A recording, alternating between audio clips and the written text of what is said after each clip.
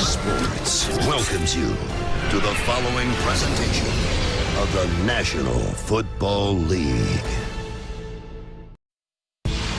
Well, headlines and a lot out of them in Green Bay this week with Mike McCarthy. His tenure in his 13th year as head coach is over. Fired after Sunday's loss to Arizona. Didn't stop there. The next day, they also parted ways with assistant coach Winston Moss. So he gone as well, and that means that Joe Philbin, who has been here as the offensive coordinator, will be the interim coach for the remainder of the year. And I'm sure he'd love to be the head coach next year, but that remains to be seen. Just trying to get the Packers to play better football. They've lost 5 of 6.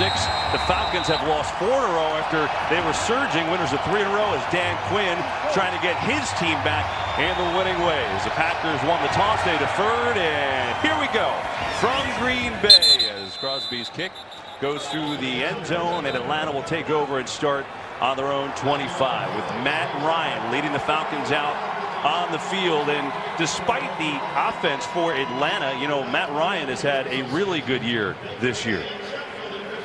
The offense has struggled as a whole, Charles, but Ryan having is one of his better years. And on the line, they make changes. Zane Beadle's got his first start at right guard last week. Ty Sambrailo in at right tackle. Ryan Schrader, who has been there for a while, benched for his play. We'll see how that affects things as they will try to get the run game going to Tevin Coleman. And it's interesting, the Packers deferred. I feel like does anybody not defer when they win the kickoff now? I'm sure analytics tells them something about getting an extra possession, but when you've struggled all year and your defense has had its share of troubles too, and your offense is your best weapon, I would take the football here. I don't know why they would defer, but this defense, they need a big game today because they're going to get tested by a tough Atlanta Falcons passing attack.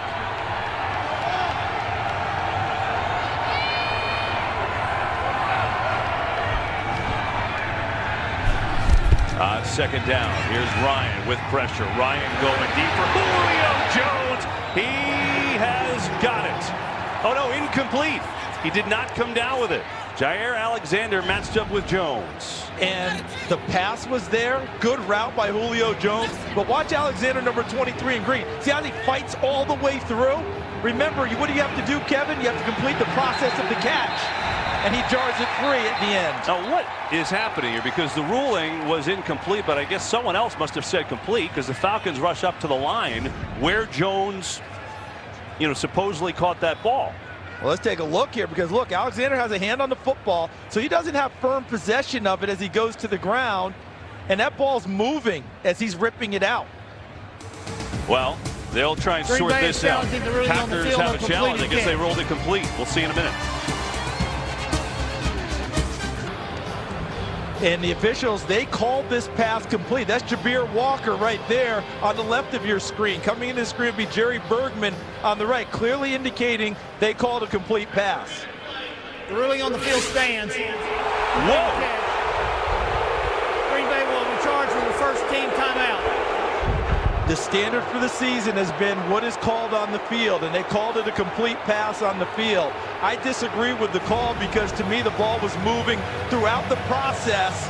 The ball is never really secured by Julio Jones, and it was pulled out at the end, but yet they called it complete.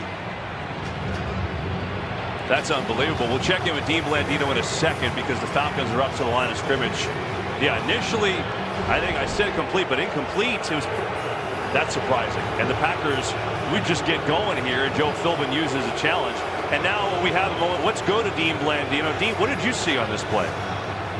I'm with you guys. To me, that was an incomplete pass. He's going to the ground. There's no football move. It's moving the entire time, Dean. You can see it here. Does he ever secure control of it? He hits the ground, the ball comes loose. That's an incomplete pass. I am surprised that they let that stand. So they called it complete on the field, and then the challenge by the Packers is a no-go. So, all that being said, it's a big play for the Falcons and a first down at the Green Bay 42, and now we get another whistle. This game's off to a flying start. False start, number 74, offense. 5-yard penalty, still first down. And, of course, that's on Ty Sambrailo, as we told you, making a start for Ryan Schrader, the incumbent right tackle, who is getting benched today. The whole offensive line for Atlanta has not been up to par. And Brilo had 2 starts at right tackle last year. 9 career starts. Remember, he started at left tackle as a rookie for the Denver Broncos before coming to Atlanta. Well, what a strange beginning to this game. Here's the fake. Ryan has extra time. Now he's going to throw, coming near side, and that ball is caught incomplete. I think. Yeah, it is. Julio Jones makes that catch. Let's check the feet. There's Julio going up for the catch. 1 foot down. 2nd foot being dragged right there, and it's very close to the white. But they called it complete, and you see the official looking right down and checking it out. Well, Joe Philbin isn't going to use his last challenge here. Maybe. Oh, yes, he is. He will. He just doubled down. This is crazy. So here's the deal. The Packers are out of challenges for the rest of the game because he's already got the first one wrong. There's the catch. There's the 1st foot down. The 2nd foot being dragged right there. And does that look like it's in the white? As we see the official, number 75, and that is Mark Stewart, who is right on the play and right there. Take a look at Mark Stewart. Challenging the ruling on the field of a completed catch. See, Mark Stewart is right there in perfect position. He called it a catch, but that foot appears to be a little bit in the white to me. It should be an incomplete pass, the 2nd foot coming down. Here's the one thing, you know, they ruled it a catch on the field. Yes. Let's go back to Dean Blandino, our rules expert. Dean, you're going to earn your money today, apparently. What do you think about this one? Yeah, I guess this is going to be one of those games. The key is that foot does that toe drag just before it hits in the white. I think that's going to be the key to this decision because he has control. He's going to get the right foot down, and it's the left foot. Does any part of that foot drag inbounds before it touches the white? If they let the last one stand, I think they have to let this one stand. And Mark Stewart is in perfect position, Dean. He is right there on the line, eyeing the whole thing right down. I mean, he hustled and got into a spot. I think he's out of bounds, but I think I'm agreeing with you in terms of if the last one stood, the call on the field was complete and pass, this one will stay in as well. Dean, thank you so much. And I mean, look at this, Kevin. Look at Mark Stewart. He is right there on the play. So give him credit for hustle and being in position, and Atlanta may benefit. Came on the air talking about the Packers. Mike McCarthy out. Joe Philbin, interim coach. A minute 30 into Joe Philbin's Packers tenure. He's out of challenges for the rest of the day. But what he did right out of the gate with these 2 challenge flags is tell this Packers team, I'm here fighting for you right now as your new head coach. I believe in what you already did on the field. That's kind of what he was telling them, even though he's out of challenges now. Let's get the call. After reviewing the play, the ruling on the field stands. Completed catch. That's 2nd timeout for Green Bay.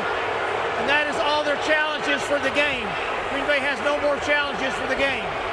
But you know, this could very well be for Green Bay, almost like a basketball coach getting a technical foul to try and motivate his team. Joe Philbin just put himself out there for his team twice already. Now, whether it's the right call or not, that's up to you to decide at home. But he went out there and said, I believe that you got the ball out, Jair. I believe that was an incomplete pass. They're out of challenges, but that's how he approached it. Well, that's his record on challenges in the career. The Falcons have run 3 plays in this game, 2 of them of the utmost controversy already. What a start. Falcons go extra lineman here. They'll try to run the football. Here is Coleman. And he's going to work his way inside the 25 to the 23 before Josh Jackson was there to force him out of bounds. I think on 2 carries now, Tevin Coleman is pretty much equaled his output in the previous 2 ball games. He had 8 yards in one game, 6 yards in another. And on 2 carries here, he's got to be right around that number already. My only question in the early going is, has Dean asked for a raise already? That's a lot of work for him a minute and a half into the game. That's Coleman's numbers the last couple games, Charles, on point. 2 carries, 10 yards to start. Near side this time, and that is Marvin Hall, the receiver who got it, and it goes nowhere. Kyler Fackrell was there to sniff it out. Well defense by Fackrell. Didn't get fooled at all by the misdirection from Atlanta.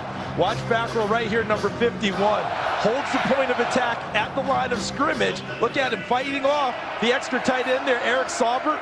Sees the play in front of him and drives Saubert back. Releases and makes the tackle.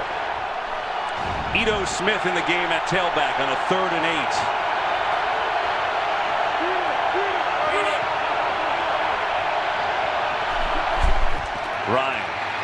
Wide open over the middle. He's going to throw it, and he's got to hook up to Sanu for a first down. Thought about running it, but Sanu was wide open, and it moves the chains. It's a great example for young quarterbacks at home. When you decide to flush the pocket, keep your eyes downfield. Things might develop. Ryan doesn't have his first one, but look how his eyes stay up, and he finds his target downfield, and he knows he's much better off giving the ball to Mohamed Sanu than he is taking off and using his legs.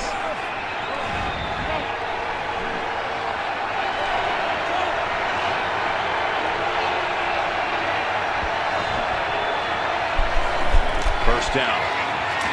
Ryan has time, going to sling it out there to Jones, who is going to get to the end zone. It's a touchdown.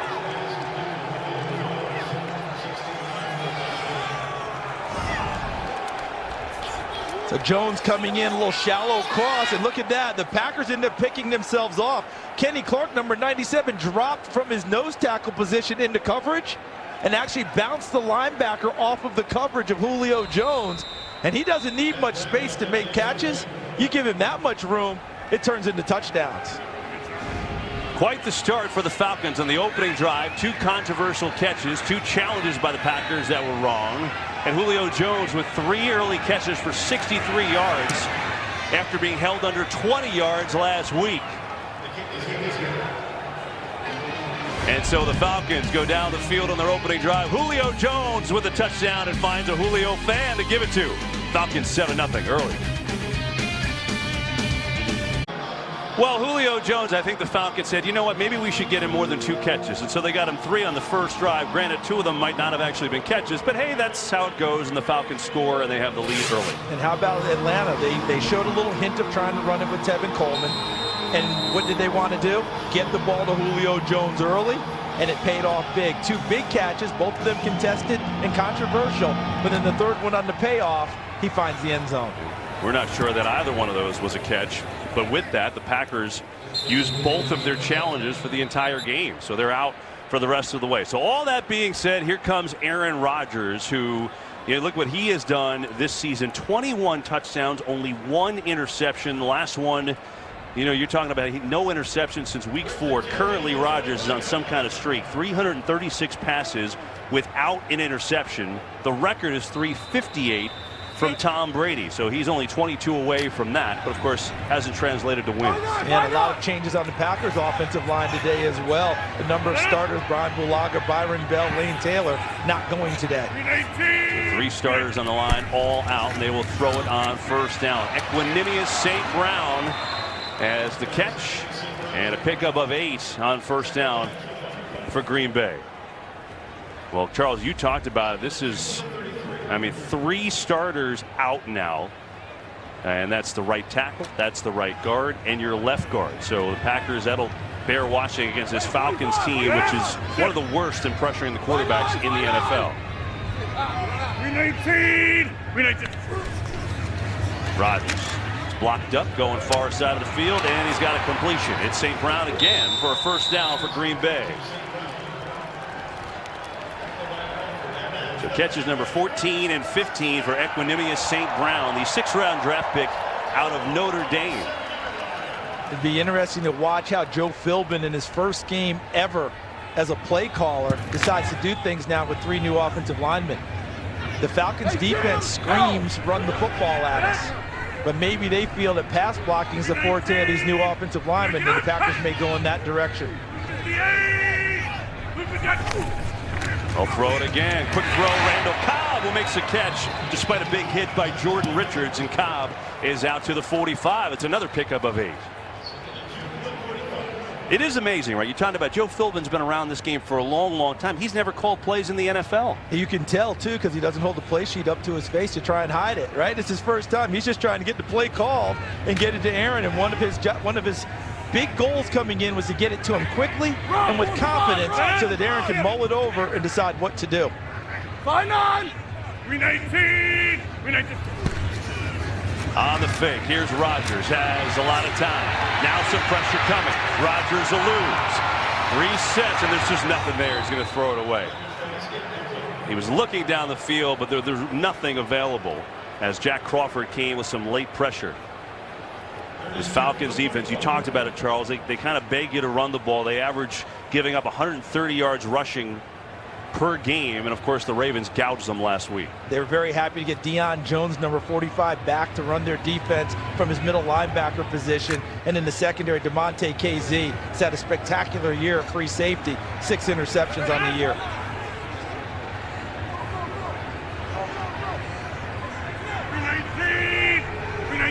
On third down, Rodgers stands in, floats one. Adams with a heck of a catch. Davante Adams with Alford all over him. Didn't matter. He hauls it in. It's a Green Bay first down. And once again, if you see right in here, watch Davante Adams work against Robert Alford. Alford's head is looking at Davante Adams. If Aaron Rodgers sees the back of the helmet of a defensive back, he throws the football because he can't make a play on it, but his receiver can, and Adams does exactly that. Packers go 3 tight ends. They will run it with Williams right up the gut, breaking through. Good hard run by Jamal Williams. He's got 9 yards. Well, Charles, it's interesting on this first drive. It's Williams in the game, not Aaron Jones. And I wonder, because of all the offensive linemen out, because Williams is such a good blocker, if that has something to do with it. That may very well have something to do with it, because Williams' forte is pass protection if he's in the ball game, as well as being a straight ahead hammer of a running back. And we just saw an example of that on that last carry.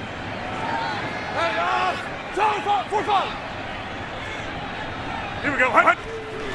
Here we go. Quick throw, far side of the field. It is complete. Scantling with the catch, makes a move, gets it down to the 11. And a quick hitter for 14 yards. And how about the block out front by Randall Cobb? Watch Cobb go right here and block. And Valdez-Scantling reads the block and gets to the outside. If he blocks him outside, he cuts inside. But because of Cobb getting good positioning and turning the defensive back, Scantling read that very well and got to the corner. As Kendricks, a tight end in motion. Hey, stop for one. 319. They'll run it. It's Williams. Oh, he gets stacked up. Crawford was there for a nice play. Let's get our first game break from Carissa Thompson. Thanks, Kevin. So Panthers losers of the last 4 games, trying to get back on track, but this doesn't help Baker Mayfield. He hands it off to Jarvis Landry, who scores from 3 yards out. We're all tied up in Cleveland. Kevin? Carissa, thanks. Yeah, the Panthers, you look like they were on their way maybe to challenging the Saints in the division. They've lost 4 in a row. They're a mess right now. Second down and 12 for Rodgers and company. 319. Looking Valdez-Scantling's way, incomplete, and there is a penalty flag. Alford on the coverage. I think people are wondering where the flag was, because it took a while for it to come out. Probably to get through the layers of clothing. Interference, number 23, defense. Ball be placed to the spot of the foul. First down. And Robert Alford, to the surprise of not very many, another holding penalty. One of the things that he's battled through his entire career, grabbing in routes and causing penalties such as that. Sometimes when you're beat as a defensive back, you grab as opposed to giving up the touchdown. They called Alford again on that one. 9th play of the drive for Green Bay.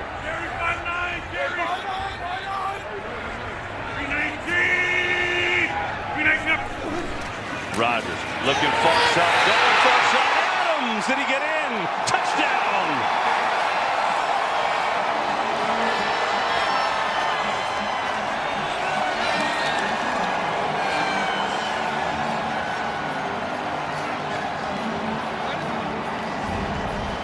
So you get the penalty to previous play against Alford. Now he backs off, and he retreats a little bit near the goal line, which you can't do as a defensive back. If you're at the goal line, you don't step into the end zone with the receiver in front of you. You make him bypass you and throw it over the top because he runs out of space in the back of the end zone. Any catch in front of you like that, that's not a good play for a defensive back. Davante Adams is a touchdown machine, his 12th of the year. He's got the most receiving touchdowns in the league since 2016. And now Crosby for the extra point try.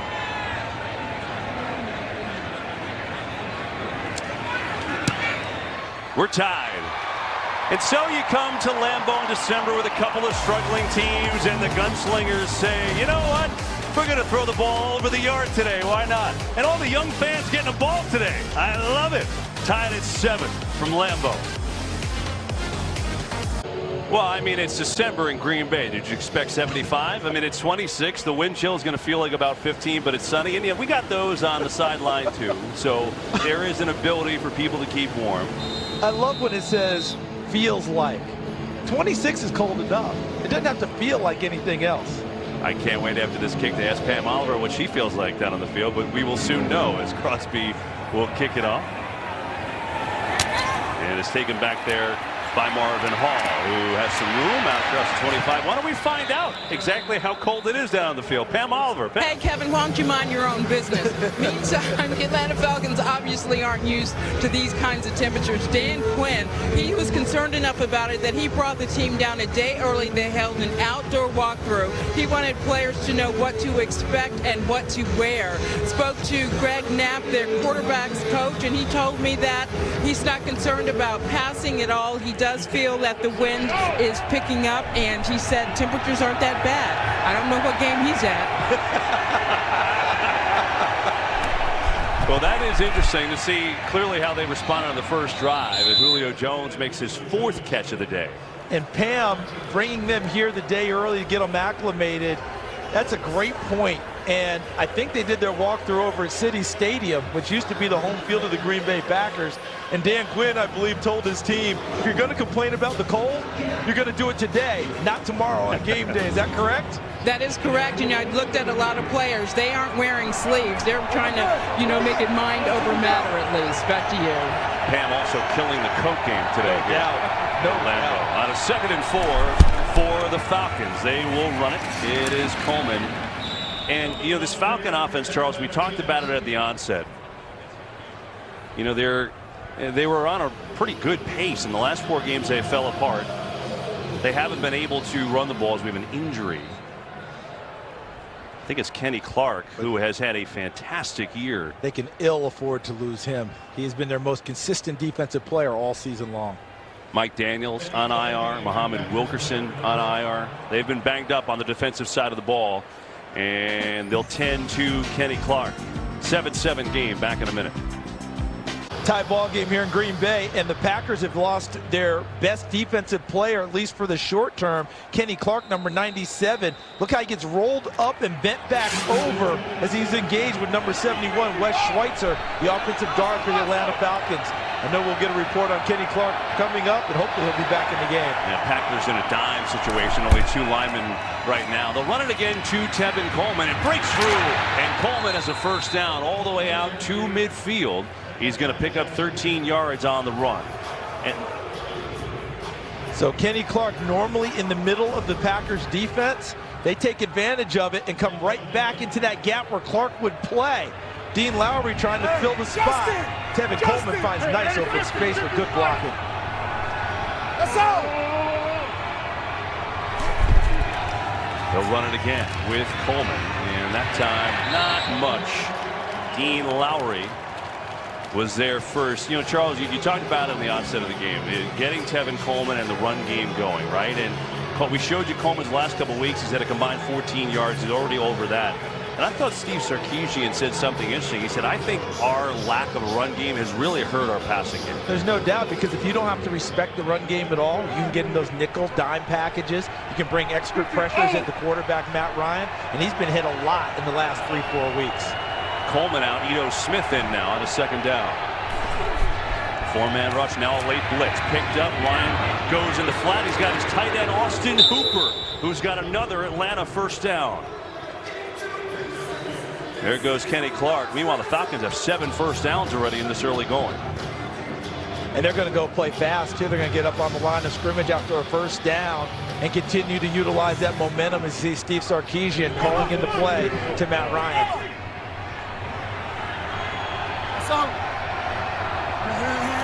Justin! Justin! Hey! Cole Justin!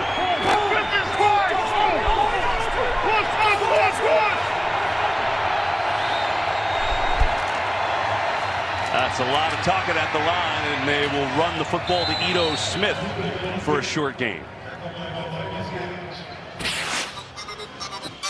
Well, the Falcons, what we were telling you about, first 8 games, you know, they had won 3 in a row to get to 4-4. They were scoring 28.5 a game, and in the last 4, their offense has gone away. There's a lot of factors to it, right?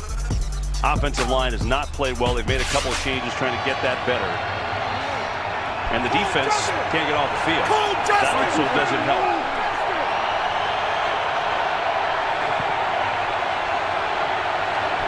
On second down, it's Ito Smith.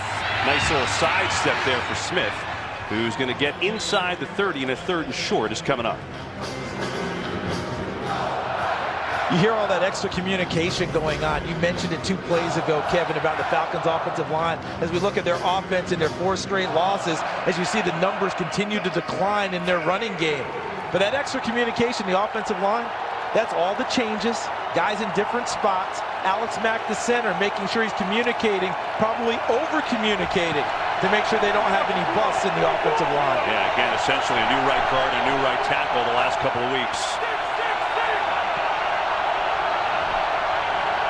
Packers showing blitz. Here they come. It's picked up. Ryan somehow completes it to Sanu.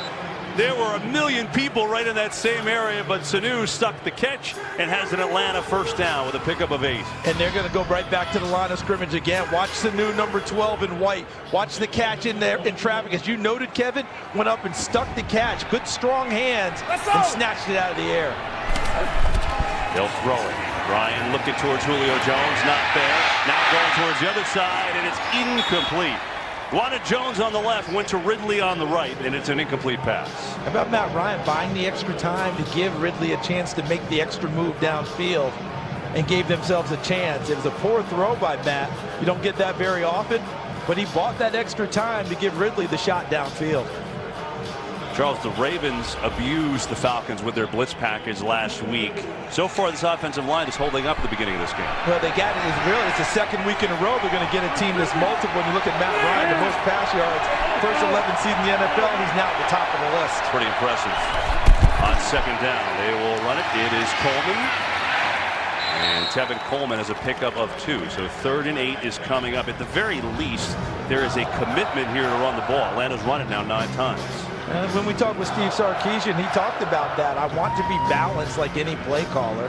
I won't beat my head against a wall if it's not working. But you can't totally abandon the run, because then you're putting your offensive lineman in a really tough spot, and that happened to them against Baltimore. You mentioned all the blitzes and the pressures. Couldn't run the ball. They just teed off on Matt Ryan.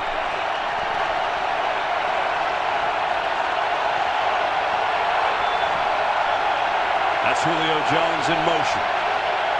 On 3rd down, Ryan lost the football. He tried to tuck it back in. Now it's loose, and Coleman with an unbelievable recovery, but that knocks him out of field goal range.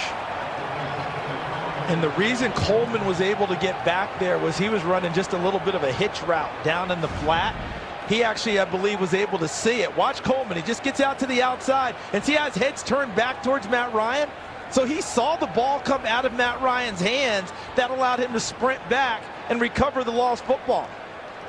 These cold weather conditions, the grip on the football, not ideal for the quarterbacks, and that one goes awry for Matt Ryan, but Coleman able to see it and get it. They're going to try a field goal here, but Matt Bryant did not have a lot of distance from this direction in pregame. This is a 53-yard attempt. The snap and hold are down. The kick is up, and it is, yeah, it's short. He did not have the distance in the pregame, and he doesn't have it during the game. And that's his first field goal miss of the entire season. And don't forget, he came into this game listed as questionable with a bad back. Not sure he can get all that he wants on this kick. But as you noted, Kevin, in pregame, in this direction, it was difficult, and that held up once the game action became live. Matt Bryant's one of the game's best. Even at his age, he is 43 years old. He's still got a long distance leg, but I didn't see him hit for longer than 45 in that direction. Obviously, the weather conditions affecting him. Hitting that ball's got to feel like kicking a brick. And don't forget, listed all week long on the injury report with a bad back. So you may have a combination there that prevents it from getting everything he wants into each kick. Aaron Jones checks into the game for the first time at tailback for Green Bay. But they will throw it again. Rodgers sends his pressure. Going to sling it to the far side of the field for Cobb, but it's incomplete. What I've noticed lately, when Aaron Rodgers makes that second move, right? The play starts, he has his normal drop back. Now he wants the second move and extend the play and move around. Aaron wants to throw to kill downfield, meaning he wants receivers getting downfield, finding your way open for big chunks. He doesn't like to check it down. In recent games, teams have made him check it down, and that's driving him crazy. Receivers have to find their way downfield for them to make that more effective.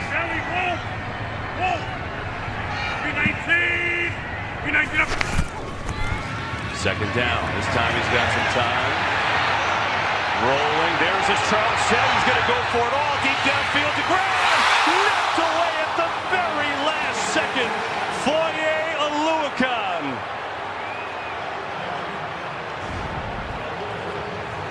Watch 54 in white. The inside linebacker, he sees that Graham breaks free, and now he uses his rookie legs out of Yale, and now he gets his head around and actually makes a play on the ball at the end of it. But just as we were talking about, when Aaron Rodgers scrambles around and buys time, he doesn't want to throw a 5-yard pass. He wants to throw a dagger downfield, and he just took the shot. Good play by Oluokun. And so it brings up a 3rd and 10. 4-man rush, now a blitz, and Rodgers goes down. The Falcons came with the cornerback blitz, and Desmond Trufant has the sack.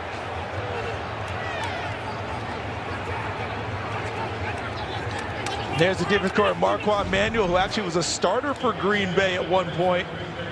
As a defensive back, he's back in his old haunts now as the D coordinator. And as you called, Kevin, the corner blitz coming off the edge, and Trufant puts Aaron Rodgers down. See, Manuel was a hard-hitting, strong safety when he played. He liked the blitz as well.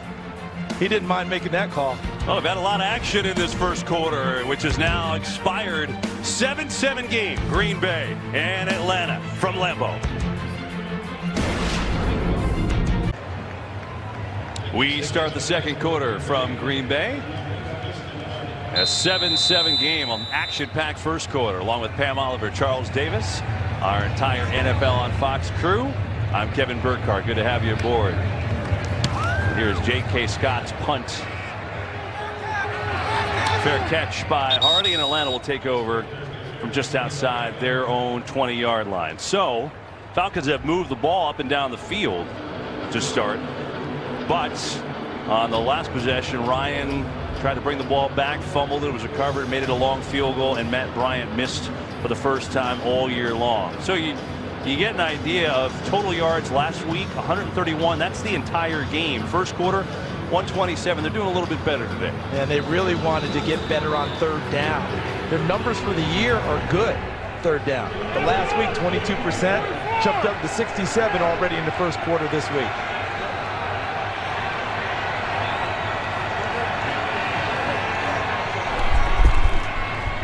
They run out of the I formation, and Ito Smith gets buried. Nowhere to go as Morrison was there with the tackle. We have a game break. Let's check in with Kurt Menefee. Well, you can make an argument that Christian McCaffrey might be an MVP candidate for the second half of the season. You said he can't get the tough yards. Nice 1-yard touchdown run. He's got 2 rushing touchdowns today. He had 10 in his previous 6 games before this. They were up 14-7 in Cleveland. Kevin, Charles, and Pam. And Kurt, and he never comes off the field ever either. And they can put away the myth that he can't run inside the tackles. They can bury that one.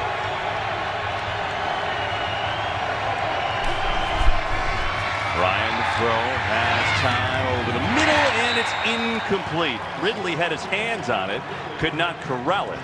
Let's get an injury update downstairs with Pam. Hey, Kevin, you saw defensive end, Kenny Clark. He went from the tent to the locker room where he remains. He's got an elbow injury, and he is questionable. Back to you. Pam, thanks. So Montravius Adams will get a lot more reps today. Well, he comes off the field on this play because it's a 3rd and long.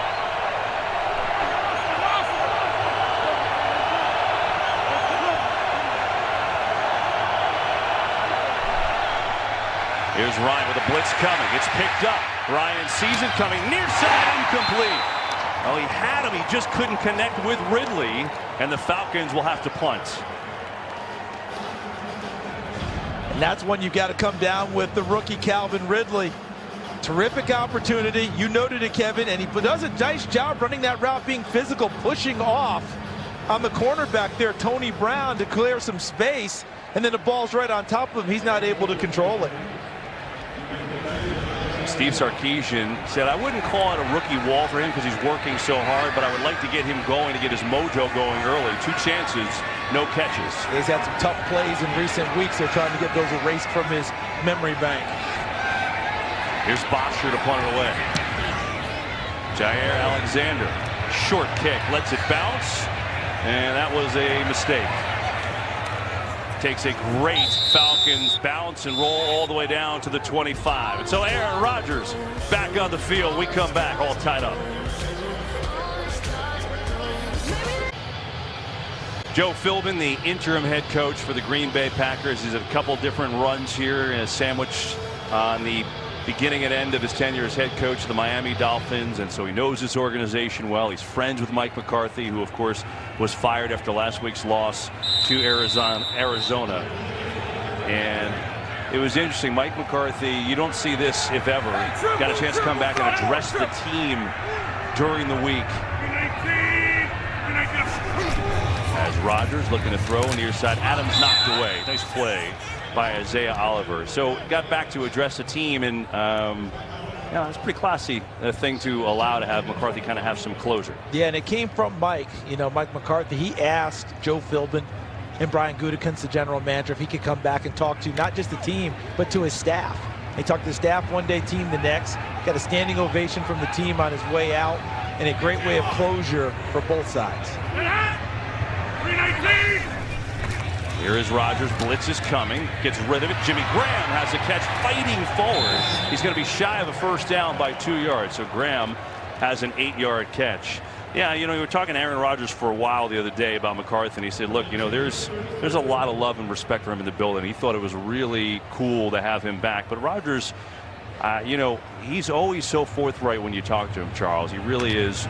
He said, look, I think everyone in this building needs to have a fire lit under our backside. We need to wake up and change with the times. I think he feels like everyone needs to kind of wake up and do some things differently. He said this team is underachieved this year. Rodgers in pressure. Now looking to run, going to run. First down, sliding down across the 40-yard line. And that's one of the ways you can help jumpstart your offense. This is not something new. This is something we've seen from Green Bay all the time. Bruce Irvin, number 52, came too far inside on his pass rush, and that gave the corner to Aaron Rodgers. And watch him read it. See Irvin right there to the left? 52 too far inside on the pass rush. That gave the avenue for Rodgers. He takes advantage of it. And when he talks about jump-starting people, he's looking at himself first. First carry of the game for Aaron Jones, only a yard.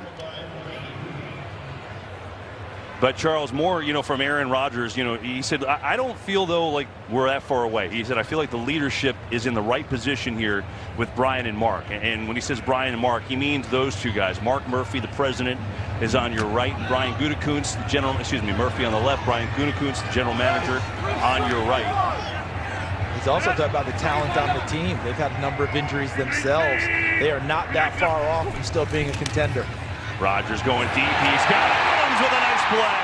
Davante Adams had a step. Rodgers put it right where he wanted to put it, and he's out of bounds at the 37 for a gain of 22.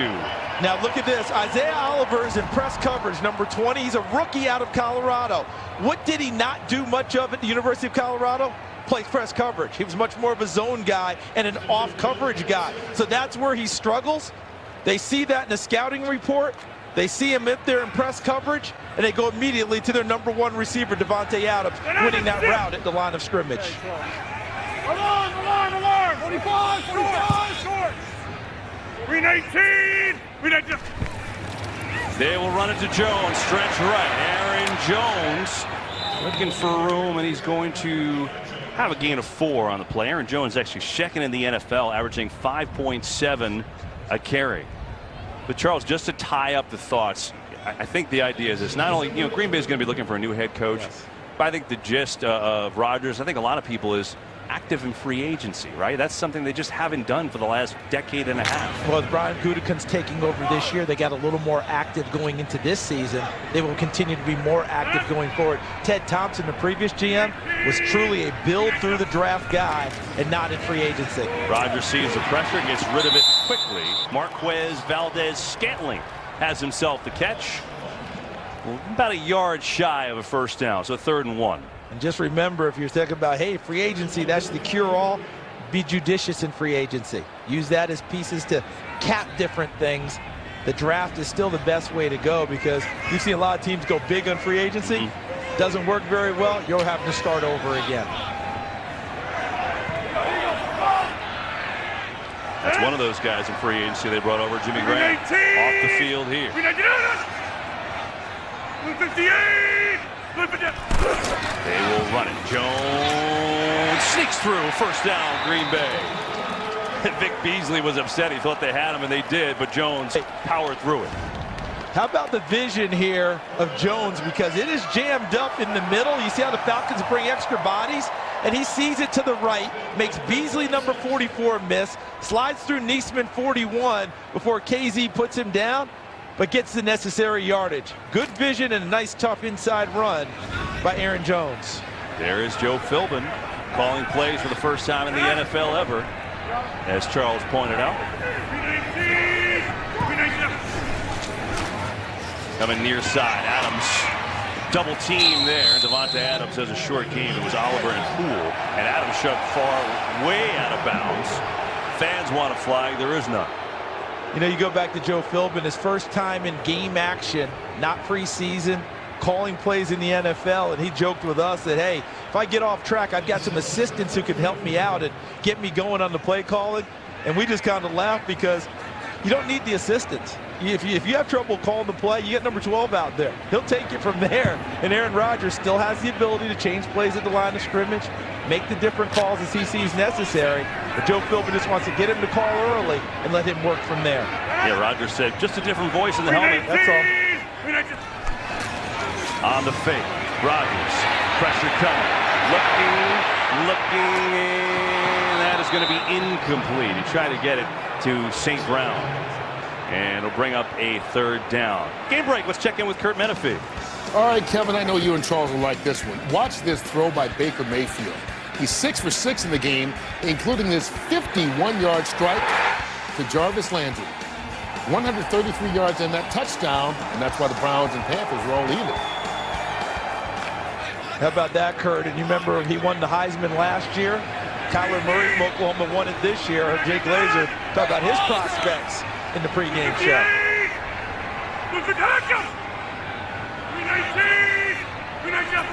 Falcons come with a blitz. Rodgers in trouble.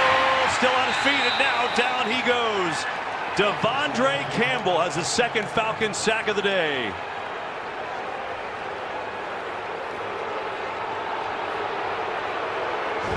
And the Packers are sending the punting team out. Look at that, right in all the gaps. They occupy everyone.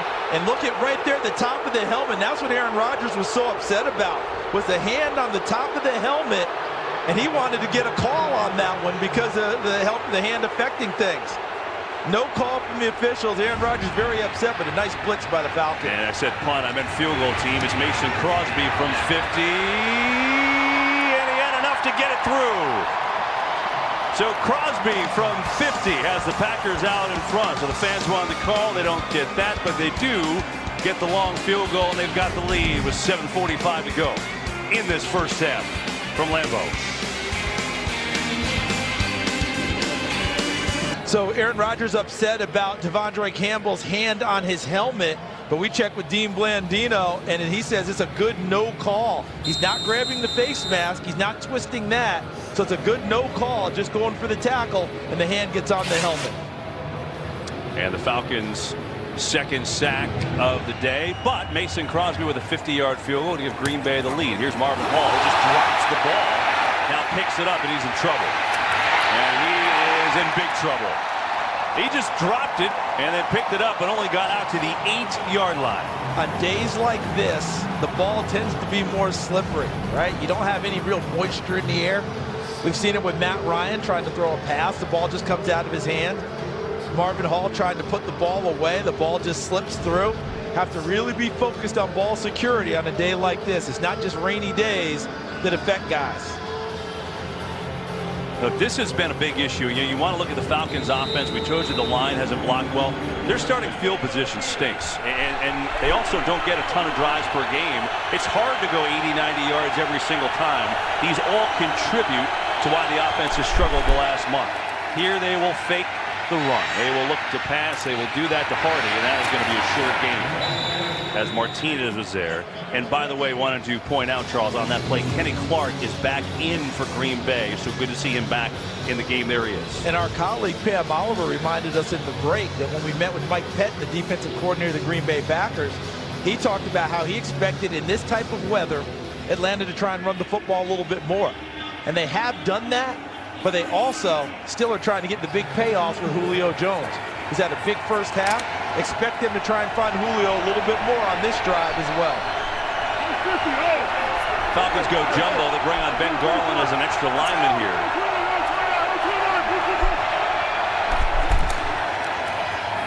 They will run it, and Coleman, that's a very short gain, and a third down is coming your way.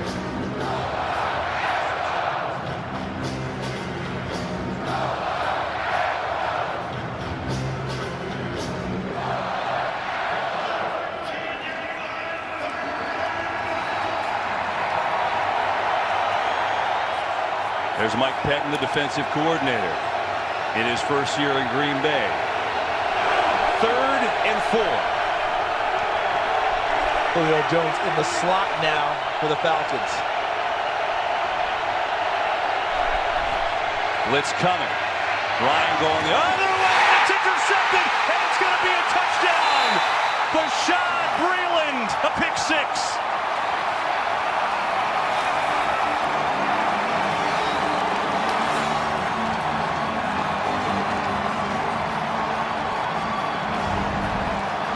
Defensive coordinator Mike Pettin told us that we have not made enough plays to affect the game on defense. Well, here's one of the plays they were looking for. Breeland working against Austin Hooper, the tight end, number 81. The Packers blitz. The ball is to get out of Matt Ryan's hands quickly. So Breeland doesn't retreat in coverage and goes right for the football, snatches it away, and puts it in the end zone. Extra point is up and good. 17 unanswered for Green Bay. Breeland with the defensive touchdown on the interception return for 22 yards, and you get rewarded with a Lambeau leap. Packers with a big play, and they're up 10. Well, Matt Ryan talking to Austin Hooper, trying to figure out what went wrong.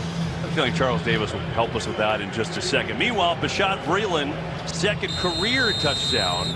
First as a Packer, and the Packers' first defensive touchdown all year. They did have a punt block touchdown earlier.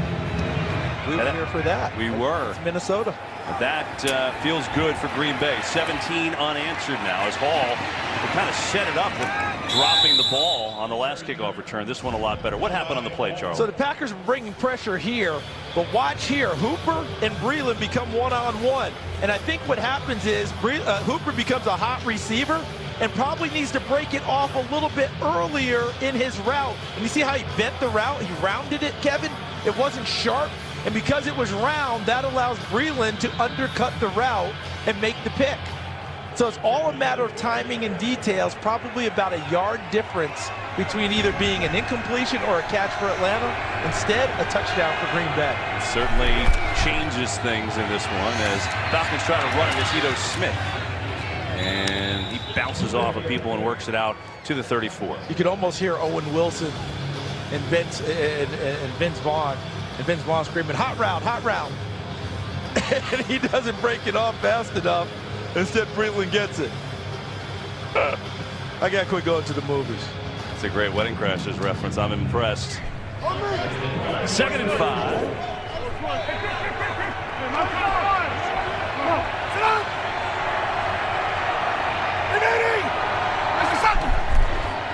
They'll run it again. They'll run it again to Smith. Breaking tackles. Ito Smith shoving people away. Ito Smith out into Green Bay territory to the 49. Blake Martinez had a chance, could haul him down. He wasn't the only one. Good vision, good balance. What's the term we're using now in the NFL? Contact balance, right? Here's contact, keeps his balance. There's contact, keeps his balance, and then sprints into the secondary. Well run by Ito Smith with good blocking at the point of attack. 17 yards to be exact on that one. They're going to run it again. Why not? Not the same success that time. Pickup of about 3. The little guy out of Southern Miss is really giving them some nice bounce and better plays than they might have expected. He's had to accelerate his development. They thought he'd be the number 3 back this year. With the injury to Devontae Freeman, he had to bump up a bit.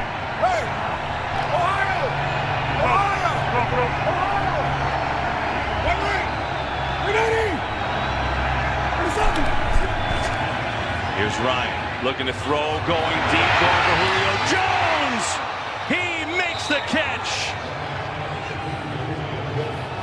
Julio Jones has it down to the 13-yard line for Atlanta. There's a flag back around where Matt Ryan ended the play. But how about Matt Ryan reading the one-on-one coverage and press from the rookie and going to his #1 target downfield in Julio Jones. Jones tracks it well, well-thrown football for the big completion, but there's a flag back where Matt Ryan threw the football. Yeah, Walt Coleman's mic did not work on that particular play. I think he called a hands to the face on Atlanta, so all that for nothing, and it's coming all the way back. So, boy, they just wasted a nice read by Matt Ryan because he had another play call. And you notice he called the audible and went to his #1 receiver. When he gets one-on-one press man coverage, he doesn't care who the corner is. If Julio Jones is out there, he wants to get it to him. So a couple big mistakes. The pick 6 for Atlanta, and then that negates a big play to Jones. Ryan going to set up a screen, and that gets blown up. Let's go back to the penalty on Atlanta. So let's see what negated the pass downfield. So look to the left of your screen, and it looked like Alex Mack, the all-pro center, and you see the hands right there on number 97, Kenny Clark, and that's what was called. And that wiped away that beautiful throw downfield. And how about the play there by the Packers defense on the screen pass? Read that well, as you described, Kevin. All that being said, a 3rd and 20.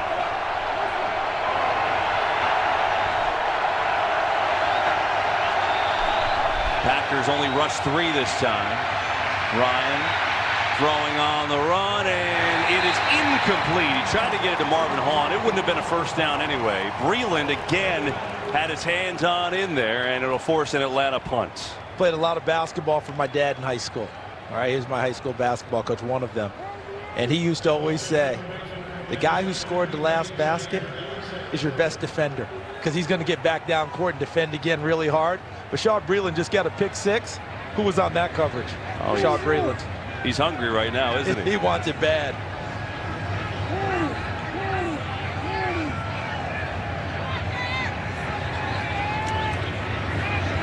Bosher punts it away. Good kick. Spiraling deep. Alexander, fair catch, drops it, and now picks it up. But he can't run with it. He called a fair catch, and so it'll be the Packers football right around the 15-yard line. There's a flag on the play, too. This is back near the punter. So let's wait on this. Yeah, I think the early indication of holding against Green Bay. Holding, number 98, for the receiving team. Half the distance to the goal. First down. That'll move them back, but Green Bay will have the football with 2:45 to go in the half. And we'll be right back after this message from State Farm. Game on Thursday night. Aaron Rodgers today, 10 of 15, 100 yards, and a touchdown. As Green Bay has a 17-7 lead, 2:45 to go in this first half. They've got 1 timeout. Atlanta with 3. And they'll give it to Jamal Williams on the run, who powers his way out across the 10 to the 12. He's got a gain of 5 on first down. And we get another couple of flags here. And if Atlanta's fortunate, they'll get this to be offsetting, because they usually catch the second guy. And what I saw was Devondre Campbell getting blocked late by, I believe, Lucas Patrick. Unnecessary roughness, number 59 in the defense. 15 yards from the end of the play. First down. as you were saying. Offensive linemen, they like to finish people. Okay, when they block them, they want to get into the film room and have the coach go out of way to finish him, way to put him down. So they block to the echo of the whistle. So there's the blocking, and then at the end, Devondre Campbell takes offense, and who gets caught? Devondre Campbell. Never ends up well for the second guy. Second guy, usually, he's the one. 99. Boy, does that change the field position now. With 2:19 to go. Plenty of time for Rodgers, who's back. Looking. Now he's going to come near side, and that was almost a pick six. Deion Jones had an opportunity, and there was nobody in front of him, but he couldn't hang on. But I also think we're seeing the effects of these rookie receivers. Marquez Valdez-Scantling, number 83. Equanimous St. Brown, number 19. What Aaron Rodgers has always had in the past is when he moves outside of the pocket, his receivers, his veteran guys have known how to move with him and also make the bigger plays downfield that he likes. We're not seeing that from the young kids yet. They're still growing in this role, still learning it, and we're seeing Aaron having to check it down, and I think that's frustrating for him. Four-man rush on second down. Rodgers goes to Cobb on the far side, hit immediately at the 30. After a few yards, it's going to bring up a third down. And that's going to wind us down to the 2-minute warning from Green Bay. So the Packers have themselves a 10-point lead. Davante Adams doing his thing, his 12th touchdown of the year, contributing to the Packers lead. Well, that streak almost ended. Deion Jones had an opportunity. I mean, that's just incredible. 353 straight passes without an interception. Brady's record, only 5 more passes, and Rodgers will get there. And we showed you before, you know, as far as Rodgers throwing away the ball, there's been a lot of talk about that. What's the problem? Is it rather than throw it up for grabs and throw the interception, he takes care of it. Risk averse sometimes leads to bigger plays later. 3rd and 6. Blitz coming. Rodgers in trouble again. His hand is held. Trying to get away. Flags fly. Rodgers running. First down and more. Down near midfield. So it's a first. But let's see what the penalties are. Those flags were in the secondary, weren't they? Typically, those are holding calls in the secondary. Charles, in a game where the Packers use their first two, well, there are only 2 challenges the first minute and a half, I have no idea what's going to happen. That's a great point. Let's just, we'll see. I thought the Packers would run the football a lot today. Shows what we both know. There are 2 different flags. There's one on the far side on the 40. There was another one around midfield. Actually, that's at the other side on the 40. There are 2 fouls on the defense. Illegal contact, number 34. That penalty's declined. Defensive holding, number 20. That penalty was accepted. 5 yards from the end of the play. First down. So they'll take the 16-yard run by Rodgers. They'll add 5, and just like that, they're in Falcons territory. So it's the second holding call on the day against the Falcons. That's Isaiah Oliver out of Colorado. And he grabs Jimmy Graham, number 80, going downfield, and they detected that one. And that happens a lot when Aaron Rodgers extends plays, and you're just trying to keep up with the receiver. On first down, Rodgers gets rid of it quickly, has a completion. And it's Cobb, but that's not going to go very far. Oliver was there on the contact. Plenty of time still with 1:40. Packers do have a timeout. Keep in mind, Falcons, a couple tough penalties. That was not a great one. The one that negated the big Julio Jones play. And don't forget, Green Bay gets the ball to start the 3rd quarter after deferring on the coin toss. So big sequence here on second down. Rodgers has all day. Looking, now running, throwing on the run, and he's got a completion and a first down. It is Adams who's got the catch. And now that play took a while with Rodgers trying to make something happen, so they'll hurry to the line. But it's still actually one of the better outcomes for Atlanta you can get. When he extends that much time, usually there's a big pass downfield. They still kept it well underneath.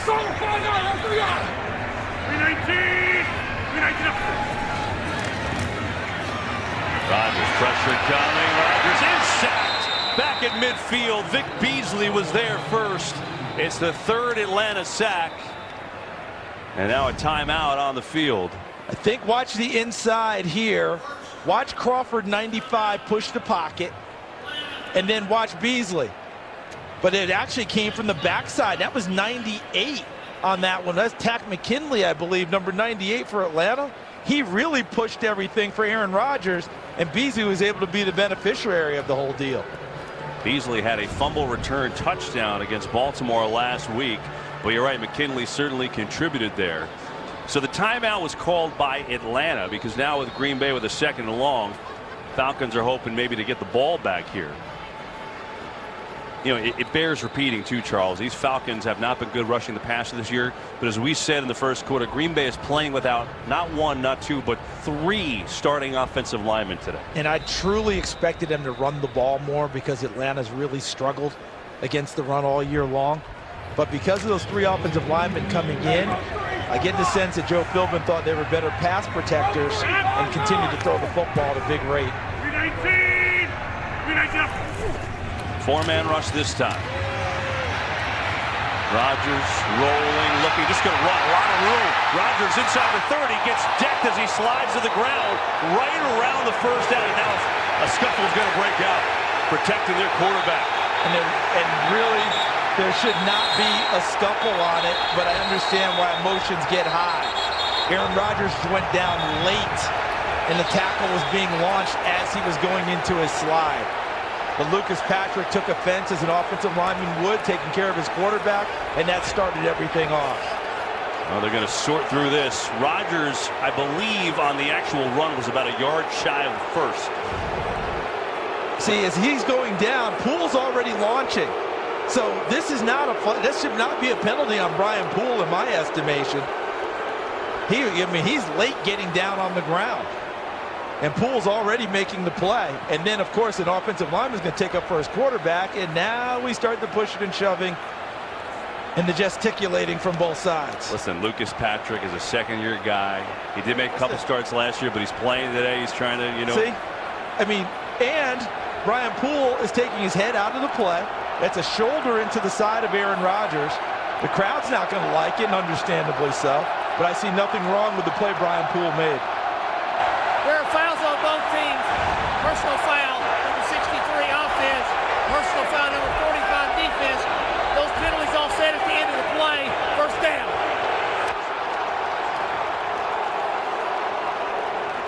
So they did, you know, Walt Coleman did say first down. I thought the initial signal was that Rodgers did not get there, but apparently he did. And now let's bring in Dean Blandino. Dean, you agree, no, this should, as they called it, no call here. What do you think about this hit on Rodgers? Well, I think from a timing perspective, it's not late. It's a late slide, and you can still hit the quarterback or any runner when they slide, as long as you don't hit him in the head, neck, or initiate with the helmet. That's the only question I have. Did he lower the head and initiate with the helmet? It's close. I think you could have had a flag for that, but it's not late. Yeah, Dean, I think that what ended up happening on it was there could have been some head in the slow motion, but in real time, he was trying to turn his shoulder, and it was a late slide by Aaron Rodgers. So I'm with you. To me, there never should have been a flag on that part of the play. Absolutely. In real time, the official has to make that call. It's a bang-bang play.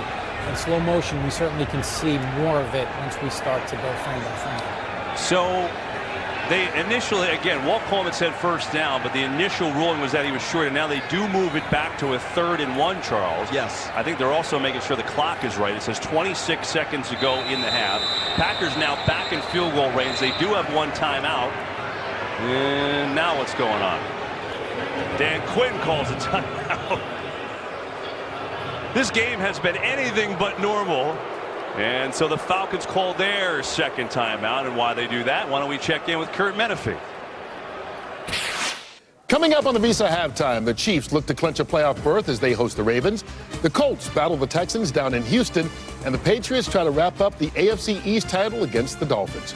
Be sure to join us. You never know who's going to drop on by. We're looking forward to that, Kurt. And if we go back to the end of the play, right? Lucas Patrick gets the penalty, taking care of his quarterback, correct? But that would have been 15 yards against Green Bay. But Deion Jones comes into the play late, number 45, just back from injury last week. And once he gets involved, watch him come over the top right here. That's where we have the 2nd flag. Now we have offsetting after the play's over, so the play stands. But that would have been 15 against Green Bay if Deion Jones doesn't come over the top. All that said, 3rd and 1. 26 seconds left in the half.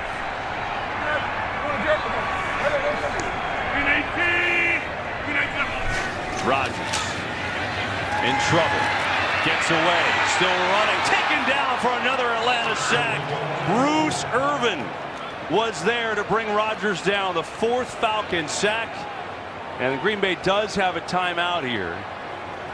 And they're probably going to wait till it goes down to about 4 seconds to call it and try a field goal. That's great hustle play by Bruce Irvin, who they picked up as a free agent from Oakland this year. Remember, he'd been in Seattle to begin his career. But watch Irvin coming here from the sprinter stance. Look at him working on David Bakhtiari, one of the best left tackles in the game. But look at him just stay with it and run down Aaron Rodgers as he flushes out of the pocket. Nice hustle play, nice effort play by number 52, Bruce Irvin. First sack as a Falcon since they signed him. And so Mason Crosby will have a chance to add to the Green Bay lead. It'll be a 48-yard field goal attempt, the final play of this half. This kick is up, and it is good.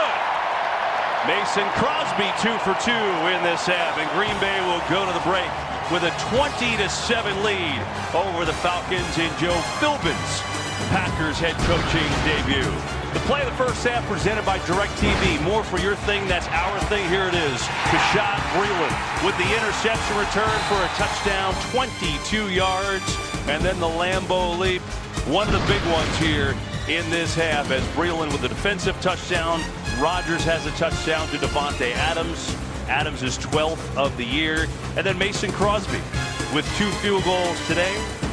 The last one from 48 yards out. And so we go to the break with a 20-7 Green Bay lead here in the cold of Lambeau Field. It's been a strange half in some ways. The Packers challenged 2 plays the first minute and a half. They lost both of them, but they do have a 20-7 lead. Halftime show coming. Let's go to Kurt Menefee. Change coming. I'm feeling the ground moving. Right here, it's happening now. Yeah, it found me. Now, there's change coming. That was today's game flow, brought to you by Progressive as we get set to start the second half here from Lambeau Field. 20-7. The Packers 20 unanswered in front of the Falcons right now. And we welcome you to the broadcast booth. Charles Davis, I'm Kevin Burkhardt. We've seen some penalties.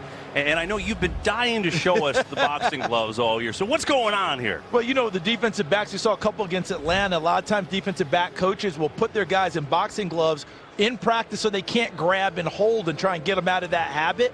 So they put them on them and do that. Mike Pettin, the defense coordinator of the Packers, says he threatened a couple of his guys with them this year, hasn't used them so far. But they have a second purpose.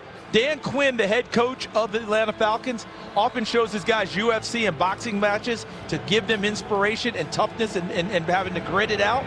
Guess what? They're going to have to fight this second half. It'll be a boxing match for the Falcons to try and come from down 17. I'm about to find out what they've got.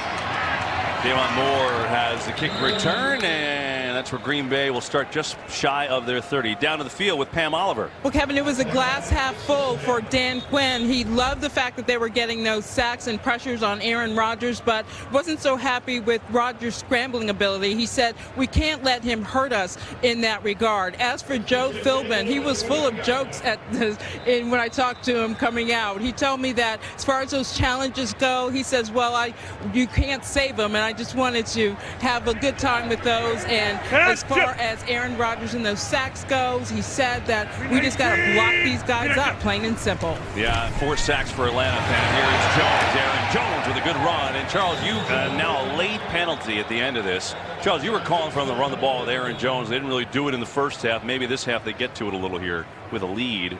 Only 3 carries, 7 yards in the first half, as we see and wait for the penalty from Walt Coleman. Personal foul, lowering the head and making contact. Number 15, number 27, number 20 of the defense. 15 yards, first down. Walt Coleman calling out numbers like I did at the half when I said they were down 17 is 20-7. Okay, so my math skills not too terrific, but right there at the end of the play, they're talking about this is a penalty that we talked about all preseason, didn't we, Kevin? That we were wondering how it would affect the game, and DeMonte KZ, number 27, leading with the head. Helmet-to-helmet contact right there. The officials detecting it. Dean Blandino said it's kind of invisible there for a while, but they're starting to call it more the last couple of weeks, so it's been a point of emphasis, and we get one there. Here is Rodgers. Standing in, pressure again, breaks through, another penalty flag. He's got Graham, but he could not connect with Jimmy Graham. We get a penalty. We have an injured Packers lineman, too. And they certainly don't need that with 3 other starters already out. Holding number 54, defense. 5-yard penalty, automatic first down. That's on Aluakon. Justin McCray, the right guard, he is the one down. He was already filling in for Byron Bell, who's inactive today. And you see right here, Aluakon right there, grabbing Jimmy Graham. That's the penalty injury for Green Bay. Back after this. Justin McCray, the right guard, limped off, and you see him walking around. I mean, the Packers came into this game without 3 starting offensive linemen, 3, and now there's another one out. And you see Alex Light coming in, the rookie from Richmond. So Adam Hankey, who they just signed the other day, well, he's the guy, the only one left on the offensive line on the bench right now. Here's first down for Aaron Rodgers. After the throw is going to dump it off to Jones. Stiff arm, nice play, first down. So Aaron Jones, who was quiet in the first half, a little more involved in this half, and the stiff arm of Aluakon. I just always think it's a mistake that he doesn't touch the ball more. When he touches it, good plays happen downfield, whether he's running it or catching it. Nice straight arm on Aluakon, and look how he finishes the run, getting upfield and extending his body. Well, I asked Joe Philbin that question. I said, hey, how many touches does he need? He said, well, between receiving and rushing, I'd like to get him 20. He's got 5. They're not even close to that. Look 58! Look 58! Go to him again. Why not? They'll make it 6. So clearly it was talked about at the half as the 3rd touch so far on this drive. McCray is back in, so that's good news for Green Bay because he was already subbing for the injured Byron Bell. And he's a former starter for Green Bay. So McCray has experience with the guys in the offensive line. Next to Corey Lindsley, number 63, the center. Brian Bulaga not playing at right tackle, but they used to form the right side of the offensive line before they ended up making a change with Byron Bell.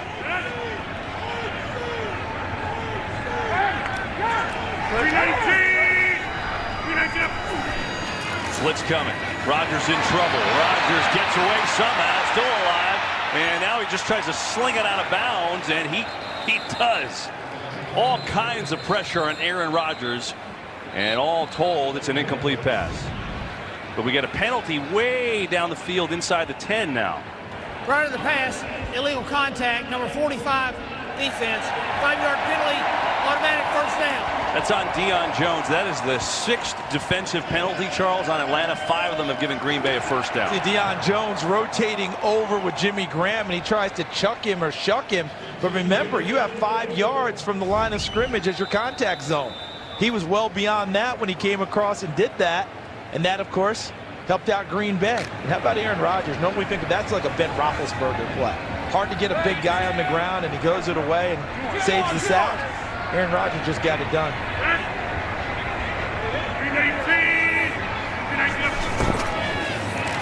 Rodgers on the slant to Adams, incomplete. It Alford on the coverage. Adams was open. Rodgers missed him. Good job in coverage there by Alford, Kevin. Remember earlier in the game when Alford got caught holding him on a similar route in a similar part of the field? This time he plays it well with good technique and forces the incompletion. Rodgers on the day, 130 yards and a touchdown. That to Davante Adams, his 12th of the year, which, by the way, ties his career high. And he hasn't touched it much lately. He's got one-on-one down here at the bottom. Rodgers going the other way, looking incomplete for Jimmy Graham. Valdez-Scantling was in the area too, and Poole was there to knock it away. Well, they had the size matchup you'd like. Jimmy Graham, 6'7", nearly 270 pounds. Watch him in number 80 in green. And Brian Poole at 5'11". Look how Poole elevates, gets in front of Graham, and makes it a very difficult throw. That's a good job by Brian Poole. You're not going to win the size battle, but he obscured him enough to make it a difficult catch. 258! 319! 3rd and 10. Blitz again from Atlanta. Rodgers stands in, throwing, going end zone. It's a touchdown. Randall Cobb.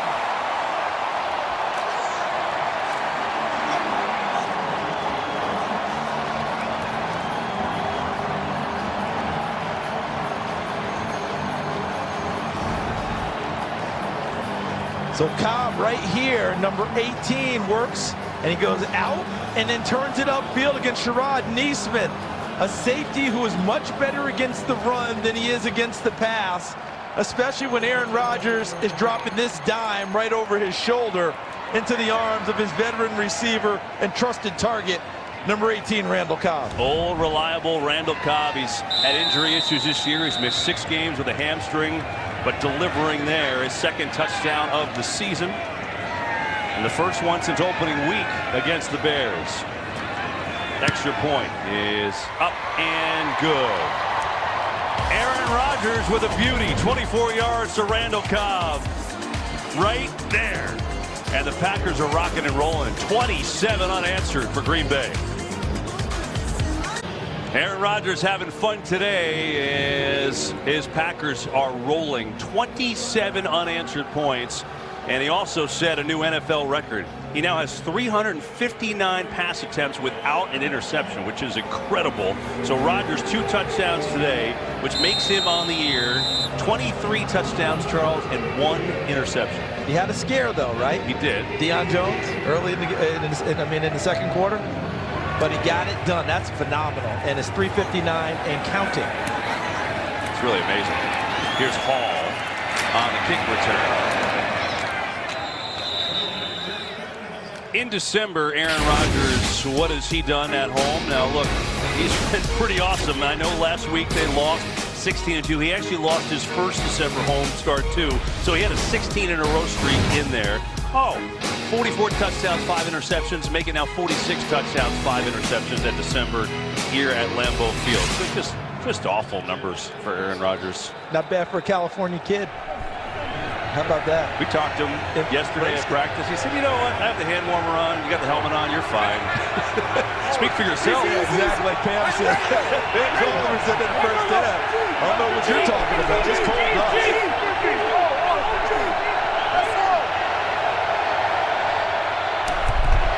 See if the Falcons have an answer here. And right now, off the bat, they don't. Fackrell with a good tackle.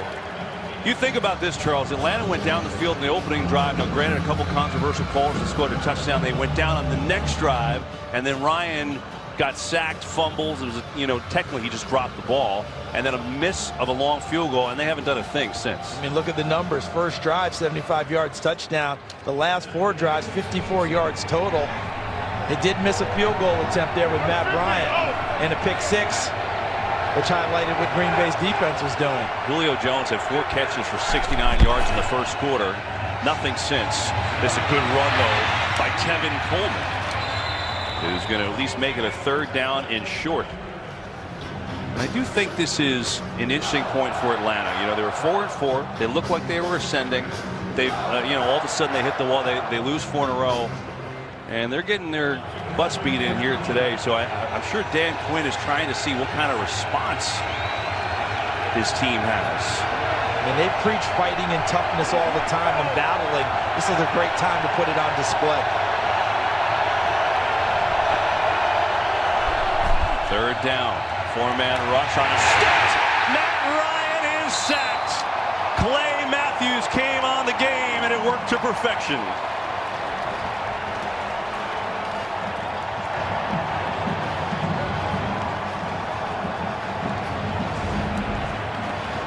So watch Matthews, as you noted, Kevin, working the game, comes upfield, lets Kenny Clark go first, and then he clears back inside. And Ty Sambrello, number 74, struggling in his first start there. Not all on him. Who was going to pass off to whom? And Clay Matthews found his target, number 2, Matt Ryan. Matt Bosher will punt it away. High, spiraling thing. Alexander fumbled the football. Who got it back? He got it back himself. So Alexander, that could have been a big turning point, but instead Alexander jumps on it. Aaron Rodgers having himself some fun. His team up by 20. Well, the Atlanta offense got off to a great start. They scored on their opening drive. They went right down the field pretty much, and since then they have not done much at all. And you see Matt Ryan's numbers, just the big sack by Clay Matthews. Now Green Bay up by 20 after 27 unanswered points with the football one more time. 319! 319! Aaron Jones nowhere to run. Steven Means with a heck of a play. Well, Charles, I know you're going to like this. You had the boxing gloves out before, right? Twin brothers defending their titles in a huge night of championship fights on Fox. Jermall Charlo takes on Willie Monroe Jr., while Jermell Charlo, I can assure you they're not the same person. They're twins. Jermell will defend his belt against Tony Harrison. PBC, December 22nd, only on Fox and the Fox Sports app. Not bad. Both of them carrying belts. It's pretty good. And not having to fight each other. I know. They're like the Klitschko brothers. Straight left. 319! 319 up. Here is Rodgers. Over the middle, incomplete. Deion Jones has had his hands on a couple of them today. It'll bring up a third down. So you bring up the interception, not throwing an interception streak, and you put him immediately in jeopardy. It's like throwing the field goal graphic on the screen. Nice job by Jones reading, and then how about triggering and going for the football? He sees it, and look at how fast he moves for it. This is what Atlanta was missing when he was out with the broken foot and missed 10 ball games. A third down at 14. Come with a 3-man rush this time. Rodgers stands in, and he's got a first down. Beauty to Davante Adams, who came across and picks up the first that has 16 yards. For that route to develop, Aaron Rodgers had to have excellent protection to allow him the time. And look at what they do. No one near him able to step up and make the throw with anticipation. Excellent hands catch by Davante Adams. Alford almost knocks it free, and Adams retains the football. Jake Kumro in the game for the first time. Number 16, he had an unbelievable preseason, active for the first time last week. They're going to swing it around, and Jones, well, that was dangerous. Try to get a little trickery going to Jones, but Sherrod Niesman was right there. Charles was saying about Kumro, we've been talking about these young receivers. He's been on IR most of the year. He was a star in the preseason. They think he could be something here. He caught 6 passes in the preseason, which doesn't sound like a whole lot. But when you average 31.7 yards, that's a heck of a preseason and a fan favorite. Remember, he came out of Wisconsin Whitewater, Division III school, and the fans loved what he did in the last couple preseasons. And Aaron Rodgers really likes him as a target. Second down. Rodgers looking that way. Now comes back to Jones. Has some blocking. Aaron Jones makes a move. Aaron Jones to midfield. 15 yards to Aaron Jones. He got a couple of good blocks up front as well.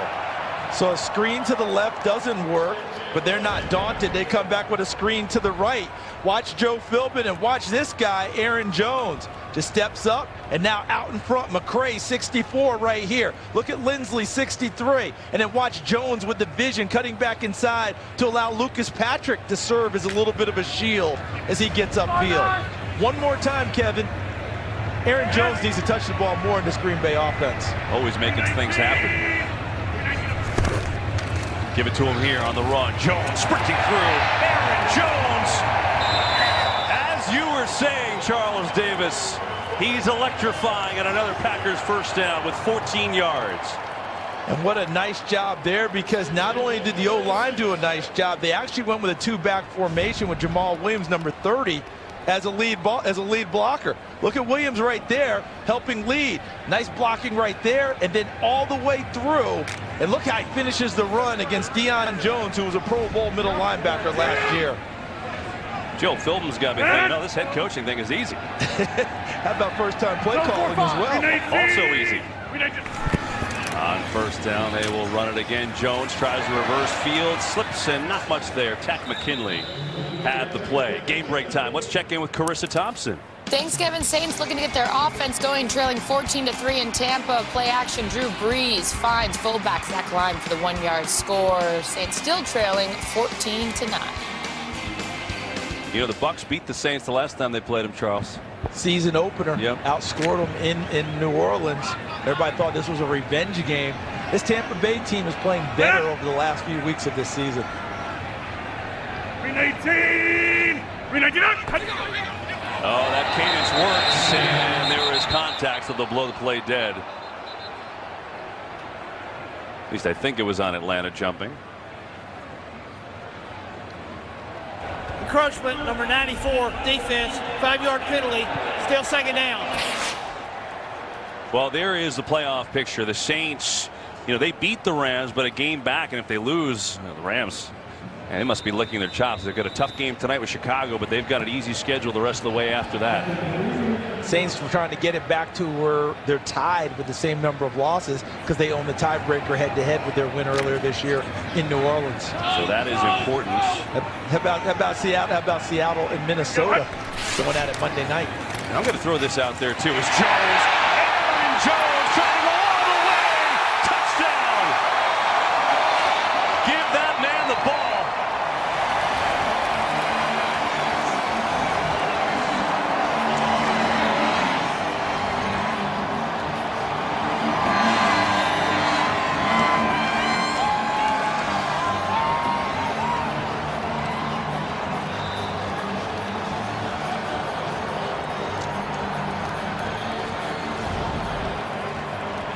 Watch this side of the Packers line. Look at Spriggs, 78, McCray, 64, Lindsley, 63.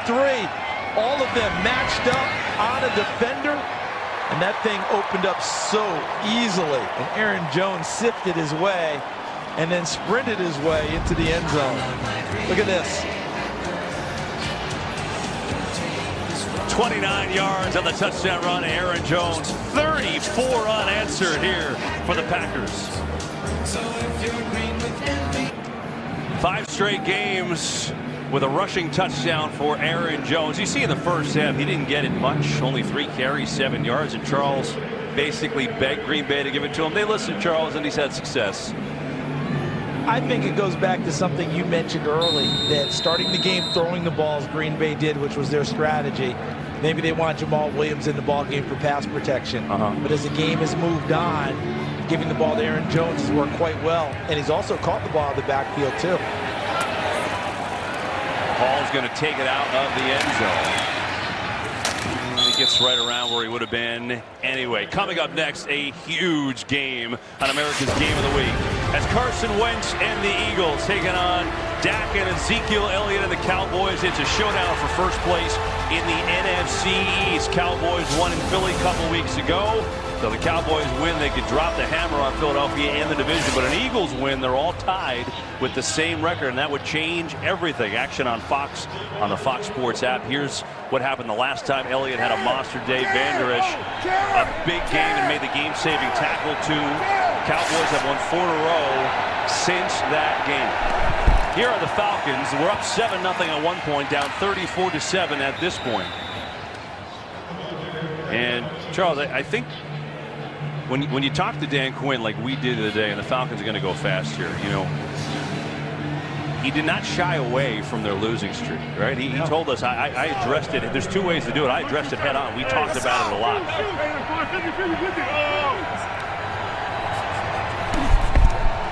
Here's Ryan on the fake. That's time. Ryan stands in. Flag comes in from the secondary as the throw to Jones is incomplete.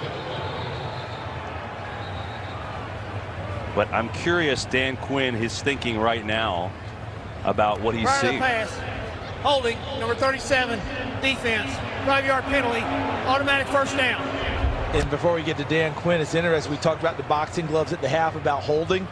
Josh Jackson is one of those players. Mike Pettin, the defense coordinator, threatened with putting boxing gloves on in practice because he tends to hold and grab a lot. And you see right there, he grabs right off the top. And a lot of it is just technique, Kevin. He gets beat early, he panics, and he reaches and grabs. Back to the Falcons as you go on.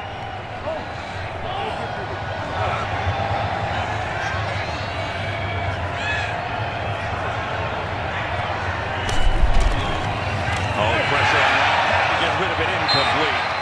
He had no chance as Matthews was coming in with the pressure. Matthews with the pressure, and Blake Martinez was right on the coverage. So watch here, 52, and watch 50. They work in tandem, in concert. Matthews with the force, and then Martinez is right there just in case Saubert does catch the football. He's right in the teeth of it, and Ryan just trying to get rid of it.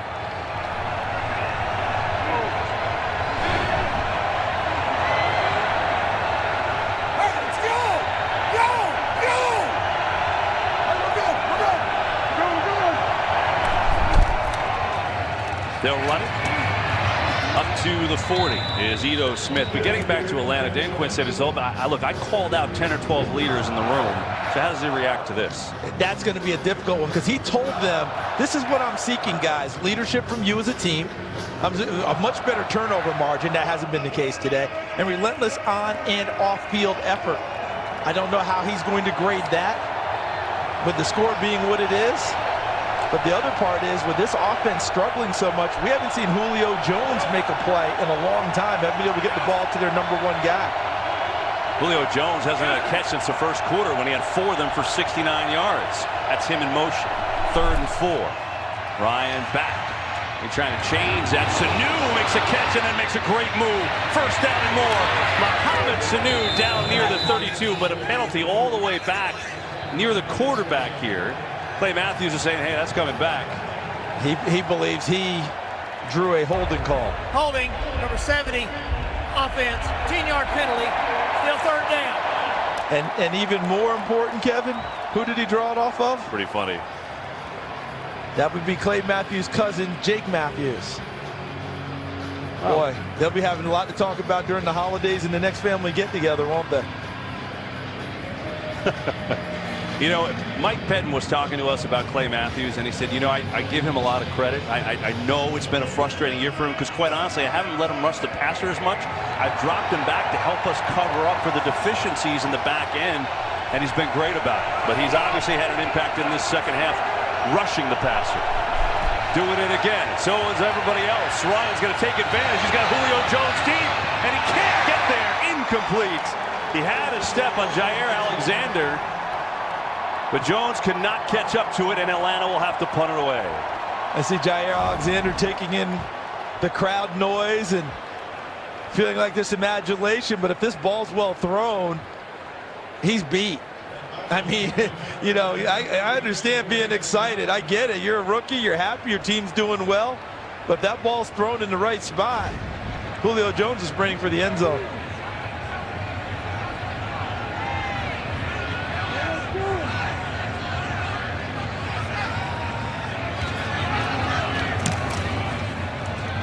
As Bosher punts, and a fair catch is called for by Randall Cobb. You think about it, Charles, you go back not too long ago, right? These teams were in the NFC Championship game. It was the final game of the Georgia Dome, 2016. It was Matt Ryan, the Falcons offense, which was #1 in the league all year, and they were #1 in this game. They rolled. Julio Jones had a monster game in that one, with a long touchdown and a 44-21 win for Atlanta. Of course, they went on and lost in the Super Bowl to New England. But since that game, these two teams have really struggled. And they've got, obviously, we know about their star power, but man, that was the result that day, 44-21. But you move on, and it's really been mediocre for both. Falcons are 15-16. And a penalty, and another one. False Shocker. start, number 89, offense. 5-yard penalty, still 1st down. But was just showing you the records. Falcons are a game under 500 coming into today since that game. Packers 11-16-1 since that. Now, a caveat is that Aaron Rodgers missed most of the year last year. So take that into account. But you get the idea. It wasn't too long ago, and these teams have struggled to find themselves since. You almost want, since we're having so much boxing today, Ali, Frazier, their third fight to throw in Manila, neither won the same after that. A titanic clash. So it's first down for the Packers. It's been their day, and Rodgers going for more. Trying to get it to Davante Adams, couldn't get it there, and it'll be a second down. You know, a moment ago we showed Arthur Blank, the owner of the Falcons, on the left. Thomas Dimitroff is on your right, but a big night for Arthur Blank, also the owner of the Atlanta United, who won the MLS Cup last night. Really an amazing story. Their attendance all year was sensational. They set another record last night, over 73,000 there. And how about that? They swept it all. The league MVP was also the finals MVP. A huge win in front of the home crowd. Their first MLS title. Congratulations to Mr. Blank and the organization. Blank made it here for the game. So he has last night, he sees a joyous night in Atlanta and the MLS Cup, and now that cup of coffee probably doesn't taste so good because it's 34-7. Yeah, not exactly what he's been looking for this entire season. Green Bay wanting to go quickly now. 3rd and 12. As Charles, the wave is going here at Lambeau. I didn't know it was still done. Listen, Green Bay, we talk about tradition. We talk about old school. Definitely old school. The wave lives. 3rd and 12. 4-man rush.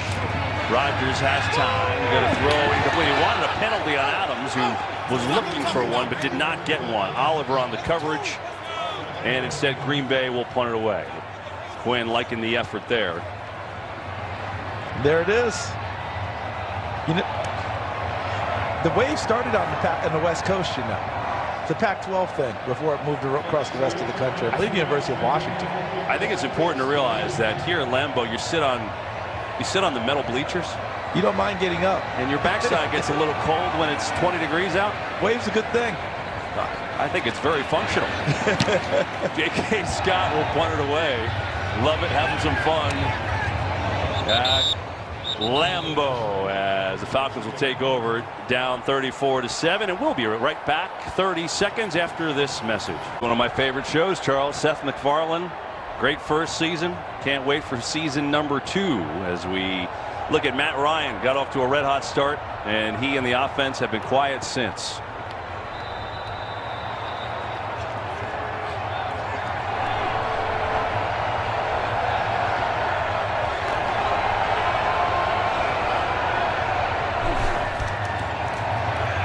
Ryan stands in, and he's got a completion to Julio Jones. Yard shy of a first down. Game break with Kurt Menefee. All right, Ryan Tannehill putting the Dolphins in front of the Patriots. Yes, 23-yard touchdown pass to Bryce Butler, making it 28-27 late in the third quarter. Kevin, Charles, and Pam. Is there some kind of kryptonite down in Miami for the Patriots or something? There certainly is. They never play well there as a first down for Atlanta. Coleman on the carry. But they're going for another division title. The 10th in a row. New England finds a way late.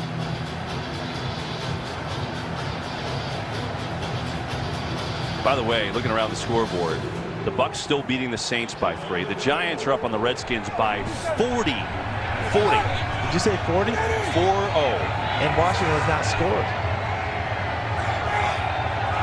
Giants are playing pretty well since the bye, by the way. And also the Colts up 10 on the Texans, who have won 9 games in a row. So that's an upset in the making as the Colts are trying to make a playoff push.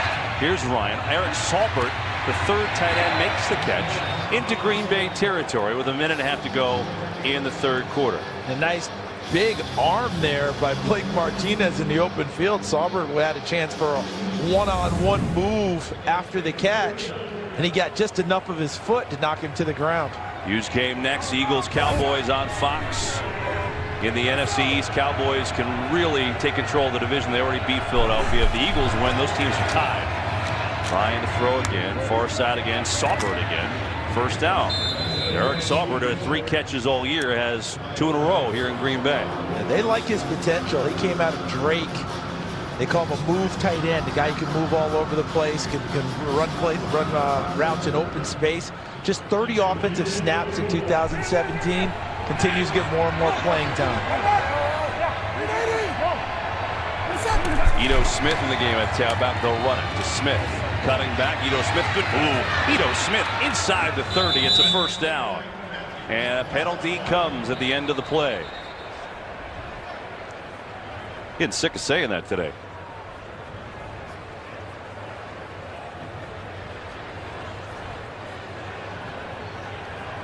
Holding, number 51, offense, 10 yards from the spot of the foul. Still first down.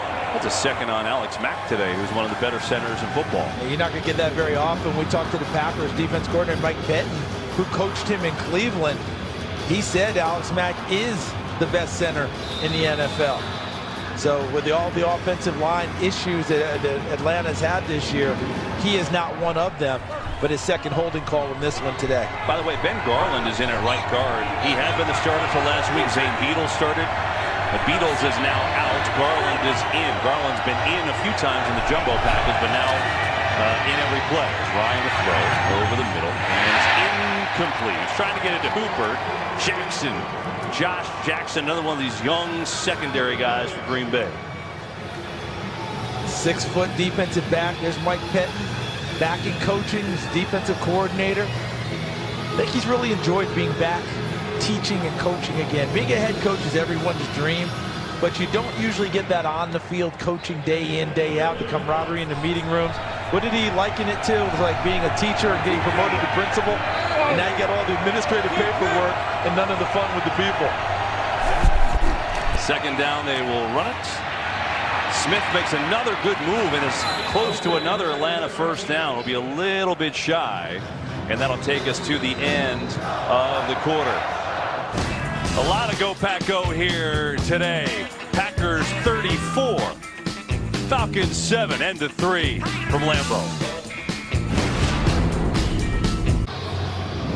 We start the fourth quarter from Lambeau Field in Green Bay. It's been all Packers. Atlanta scored on the opening drive, and then Green Bay rolled off 34 straight. Aaron Rodgers, 2 touchdowns, 187 yards. Bashad Breeland with an interception return for a touchdown. And you know what? It's cold, but the fans here are loving it. Lambeau packed again. Atlanta just trying to get some momentum going. They've lost 4 in a row, and after a good start have been invisible. Third down and 1. They go extra offensive lineman here. They're going to hand it off to Ito Smith, and he gets buried. Clay Matthews has had a big second half. And you mentioned Clay Matthews having to drop into coverage a lot more, but he's also done a really nice job playing the run. Look at him stalemate his cousin. And you see how he extended his arms? And he got lower, Kevin. See how he got low and got his legs going and got his arms extended so he can push his cousin away from him and then go make the tackle. Clay is getting the best of that matchup today. Fourth down, Atlanta's going for it. Why not? Blitz coming. Picked up. Ryan spots Ito Smith, first down. Well done by Atlanta. They picked up the blitz, and Ito Smith did the rest as Atlanta continues.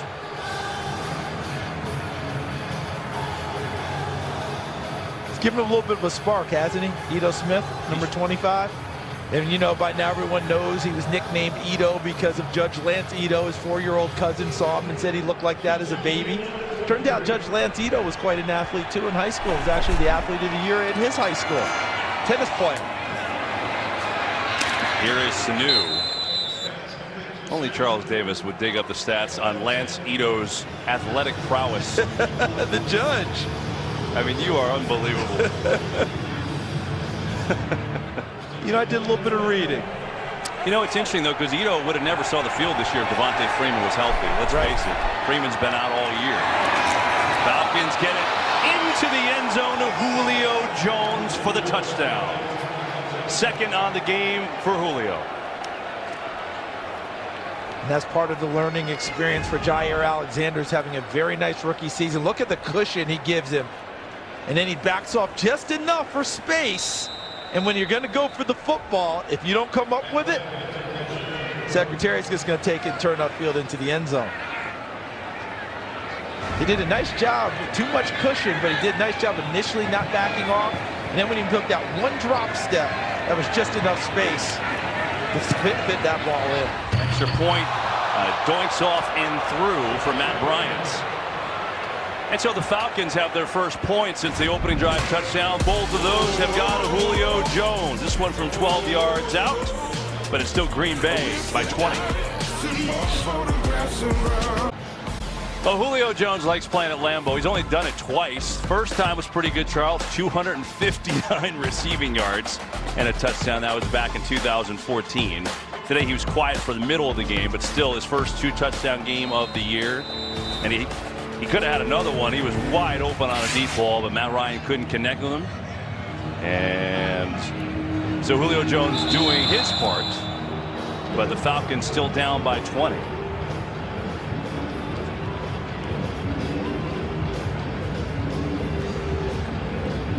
Try to reset the ball on the tee. Aaron Rodgers had himself a good day to this point. So is that man, Joe Philbin. He was honest with it. Say, it's tough. He's friends with Mike McCarthy, right? Yes. A hard week, emotional for him. But how good does he feel right now? But he understands it totally. He got fired as the head coach of the Miami Dolphins, and the coordinator Mike Pettin fired in Cleveland. For more on Joe Philbin, why don't we go down and check in with Pam Oliver? And Kevin, Joe Philbin has 4 specific points that he feels can help a team, any team, including the Green Bay Packers. 1, be professional. 2, be accountable with what you do and don't do. 3, respect people in and out of the building. And 4, be punctual. You do those things and you won't have any problem with him. You know, Pam, that strikes into what Aaron Rodgers told us as well about the details, right? And getting back to that, and getting back to basics and fundamentals, even back to the stance that you take before a play starts. Everybody trying to get back to the basics to get this team better. Green Bay will run it to Aaron Jones. Not much there as we get a game break. Checking in with Kurt Menefee. Kurt.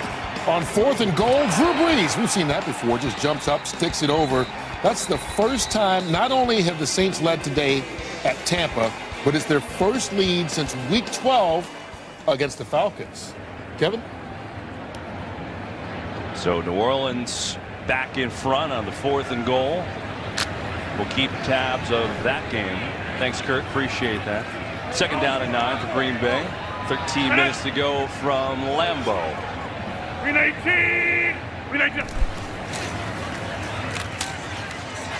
Getting to the edge is Jones, then he gets decked by Casey.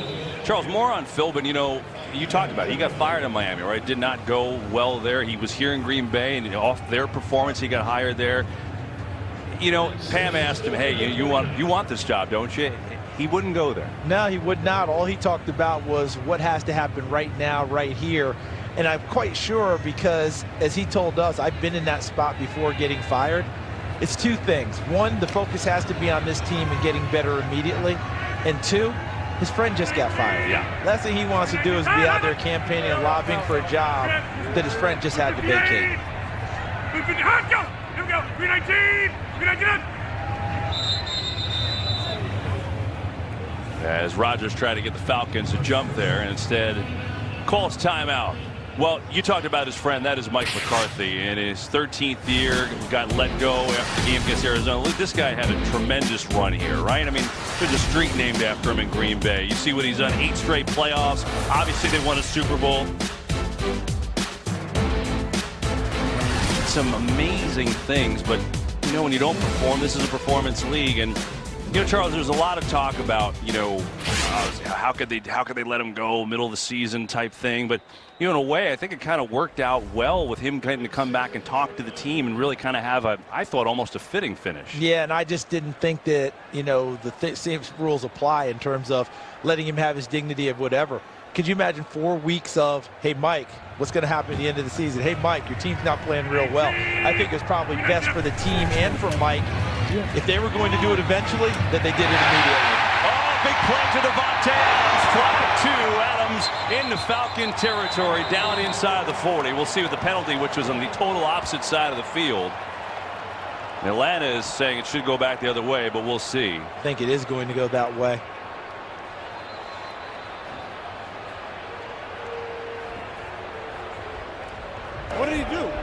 Pass interference, number 80, offense. 10-yard penalty, still third down. So watch Jimmy Graham, number 80 right here. You want to know what he did? Let's take a look. Yeah, he ran his route totally, altered his path. Watch Robert Alford. See how Graham makes the alteration to the path of his route and cuts inside and clips off Robert Alford? Offenses call that a rub route. Defenders call that a pick and illegal. And the officials detected it on that one. I call it a Brutus beefcake. Little elbow from the top rope. And another penalty here. Rodgers is trying to question what the deal is, as it might be on Green Bay again. But Charles, I want to finish on McCarthy, though. You know, the thing is, False start, number 33, offense. 5-yard penalty, still third down. Mike McCarthy had a great run here, right? Fantastic. He's an excellent head coach. If he wants to, he'll be a head coach next year. I firmly believe that. But sometimes you just need to move on. I mean, you know, having Andy Reid in Philadelphia, clearly he hasn't forgotten how to coach. Sometimes you just need to go on to the next thing, because it runs its course. 13 years in this league is an eternity. You know, John Madden, the patron saint of Fox broadcasters, once talked about 10 years at a place is about the right amount of time. You know, sometimes you go plus or minus a little bit. He did 10 years in Oakland, retired, never came back. But for Mike McCarthy, there will be other opportunities. There will be other places. And he'll have a chance to have another run as like he did here in Green Bay. And how classy is this by Mike McCarthy? On Saturday, he took out a full-page ad in the Milwaukee Journal-Sentinel and the Green Bay Press-Gazette, thanking the fans and the city of Green Bay. I mean, that's pretty great. Pretty special. And he was the one who asked Joe Philbin, Brian Gutekunst, the GM, may I come back and address my staff one day and come back and address the team another day. And I think that was good for all concerned. So the end of an era here in Green Bay. And we don't know Joe Philbin's going to be part of the new era, but for today and the next month, pretty good start. 34-14, they lead with 10:39 to go. Mike McCarthy way. That's right outside Lambeau, and that'll stay there.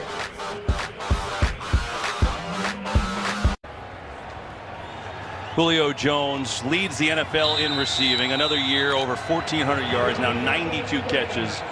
Guy is just phenomenal. Today, 2 more touchdowns, 6 catches, 89 yards, but his Falcons down by 20 with 10:39 to play. Here's Ryan. Looks to throw it over the middle. Oh, Sanu almost hauled in a one-hander, but couldn't quite do the pirouette. Second down. Would have been a tough one, because Matt Ryan tried to fit it over the top of the defender and a little bit behind Sanu as his body was moving in the opposite direction. That would have been a heck of a catch by Sanu. Look at him trying to reach back with one hand as he's moving in the opposite direction. See that? Right over the top of Breland. 26, he can't find the football. Ryan trying to put in a place where Sanu could get it, but his body taken off in the wrong spot. Ryan, Sanu this time makes the catch and then works his way forward. Close to another first down. That will be an Atlanta first down. You know, Charles, I'm just going to throw this out there. I know it's a long shot. I'm just looking at the scoreboard. Cleveland's beating Carolina. The Saints are beating the Bucks. The Redskins are losing. Minnesota plays Monday night. Packers are not done yet. I know it's a long shot, but they're not done. They got a chance mathematically to still get in the postseason as Hooper makes his catch. Now look, they have to finish here and they have to win out, and they need a lot of help, but they're getting help today, and I'm just gonna say it. You're not saying what you're just saying? Exactly. No, nothing more needs to be said. It's out there. You know, I like it. Go, Justin, go. Put it in the atmosphere. And we've seen crazy things happen.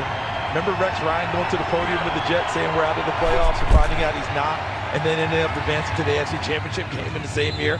So you never know. It's Brian Hill on the carry for Atlanta. Gets his first carry of the day. Yeah, getting an opportunity to play fullback now for the Atlanta Falcons is Brian Hill, trying to find a spot for him, not just in the backfield, but on special teams. And his forte at Wyoming, where he was a running back, was straight ahead, thumping running inside. That time he tries to make a block. It's bowled over, but does his job. Enough time to give Ryan the connection to Julio Jones. Will be a little shy of a first down. Now, do you get a check mark for the block if you're Brian Hill? On that one, he got flattened on the play, but the defender didn't get there, and that allowed Matt Ryan to make that connection right there to Julio Jones. And one thing you notice about this Atlanta team, Kevin, they have not quit fighting in this game. You talked about that. You raised that question. They had a really bad stretch there, but they've gotten off the mat now. They're continuing to battle. Ryan thinking end zone, going end zone. Can he get enough to Jones? No, incomplete. It was Breeland who was on the coverage, and a 3rd and 1.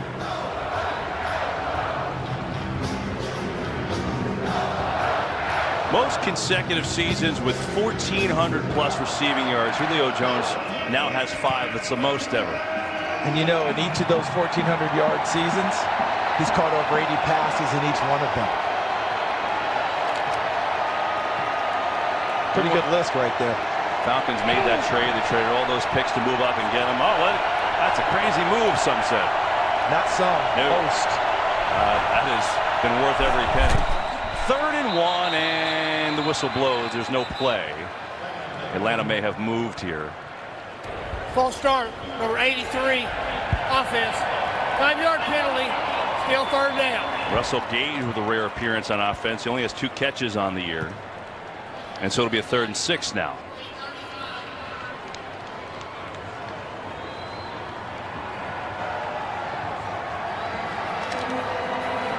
The Darth Vader cheesehead, a holiday favorite in these parts. 3rd and 6. See if Mike Pettin wants to bring a little pressure here.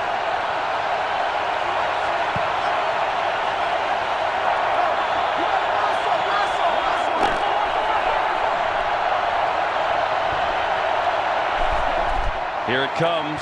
Ryan in trouble. Gets away momentarily. Nice play to Ridley. And Calvin Ridley has a 1st down. What a play by Matt Ryan.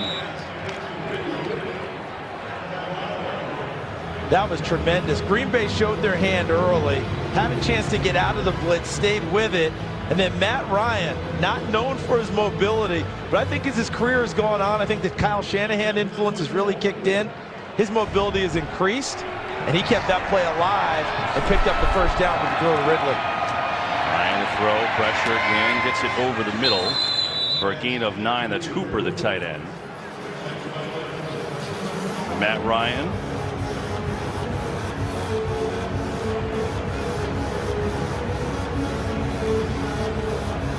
On the day, 20 of 30, 201 yards, and that puts him over 4,000 yards for the 8th consecutive year.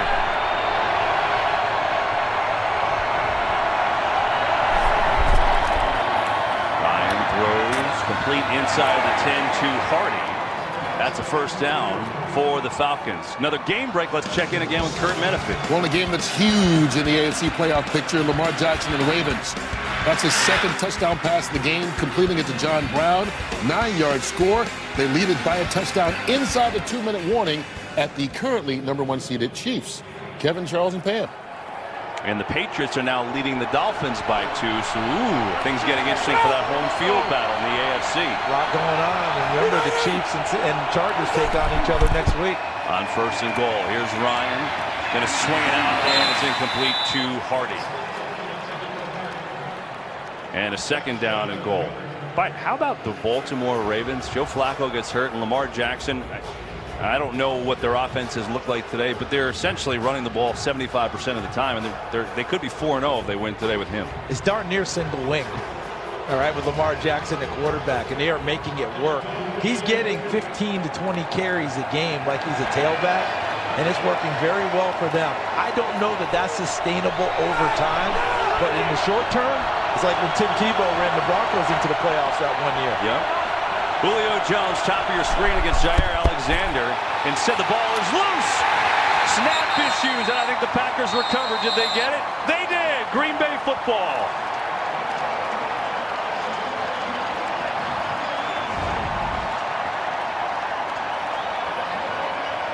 So look at this. On the snap, Mohamed Sanu in motion. and the ball hits him and comes free, and the Packers take over. Breeland recovered it.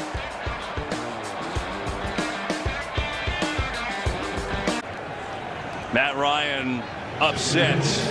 Finally had a nice drive going there, and look, it's not been their day, but you get a snap, goes off Sanu's leg.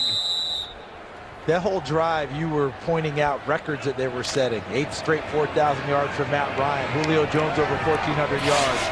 No touchdown payoff and no payoff on this season. Now at 4-8. 319. Atlanta jumps.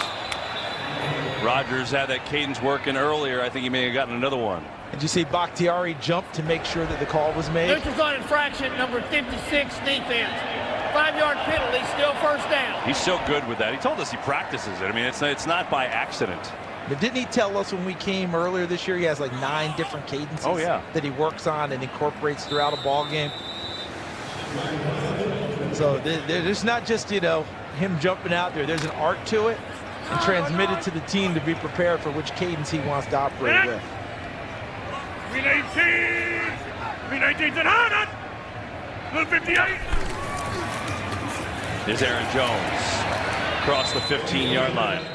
A lot happening right now. Let's get another game break with Carissa Thompson. Thanks, Kevin. Letting you guys know what's coming up next. America's Game of the Week. The winner of this one, first place in the NFC East. Carson Wentz getting warmed up here. Dak Prescott hoping to keep his team rolling. The winner of 4 straight. It's all coming up next. Joe, Troy, and Aaron have the call. Kevin? Yeah, that's huge. I mean, Cowboys win, and they're in the driver's seat in that NFC East. And the Eagles' schedule coming up afterwards is brutal, too. But if the Eagles win, they got the same record, and they're tied. And certainly changes things. How about this? Elliott, look at what he's done against 5 running backs for the for the Eagles. Elliott's just a horse. 1,572 scrimmage yards, and there you see the records.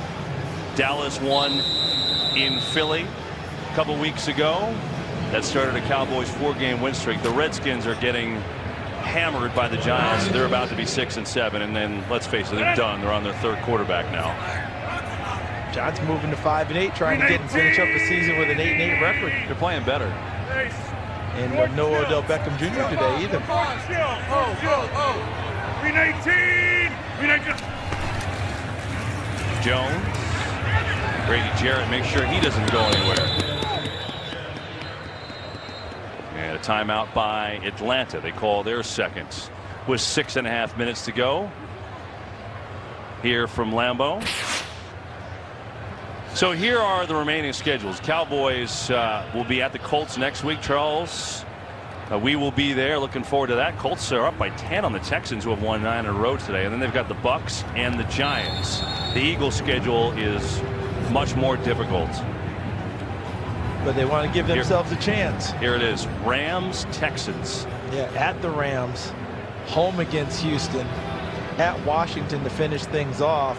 But to give themselves a chance and be in the fray, today's a must-win for the Eagles. Now, if you're a Packers fan, you want an Eagles loss, and you need the Seahawks to win and beat the Vikings tomorrow. And then this will be a heck of a week for you. 3rd down and 3. 319. 4-man rush. Rodgers hangs in near side. It's complete for a first down to Jimmy Graham. And the Falcons trying to give themselves an opportunity, taking the timeouts on the first 2 downs. On 3rd down, needing this stop to get the ball back. And an excellent connection with Jimmy Graham. Working against Devondre Campbell. Picks up a key first down for Green Bay. And Atlanta's eating up their timeout cache.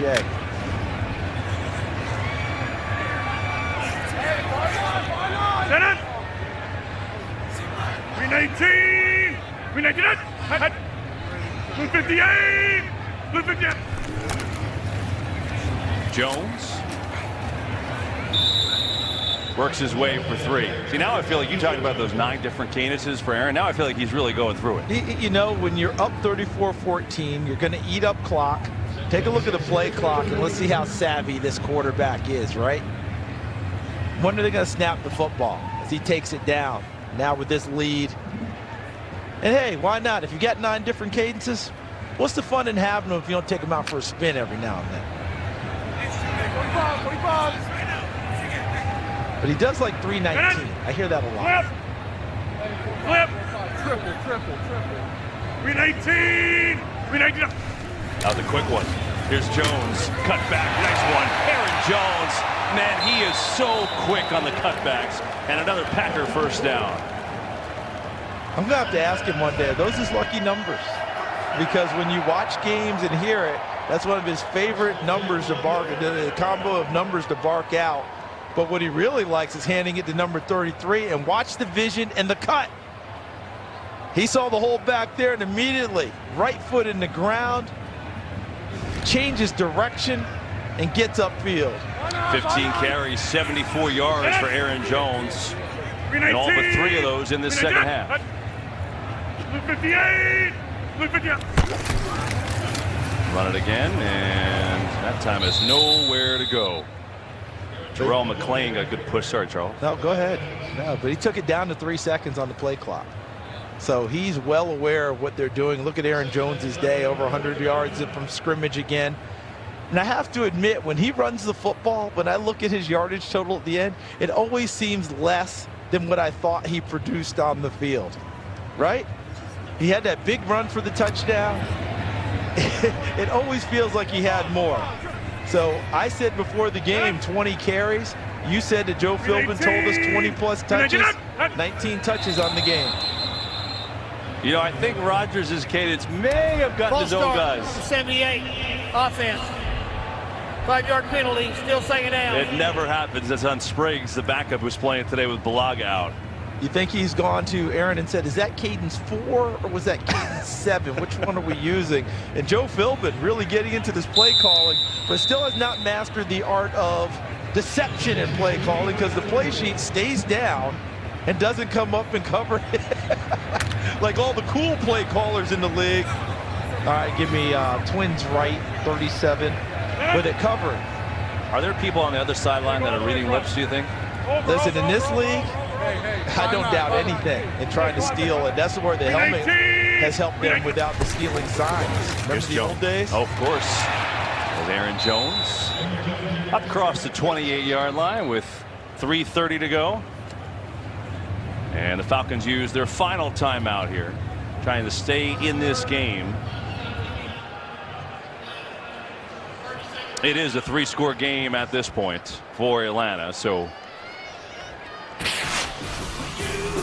this January on Fox, don't miss the new singing competition where Grammy winners, Emmy winners, and Hall of Famers perform in disguise. Can you figure out who's behind the mask?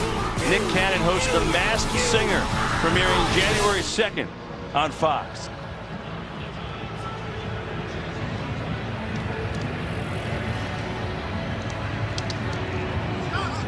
Our director today is Artie Kempner, our producer Pete Macheska.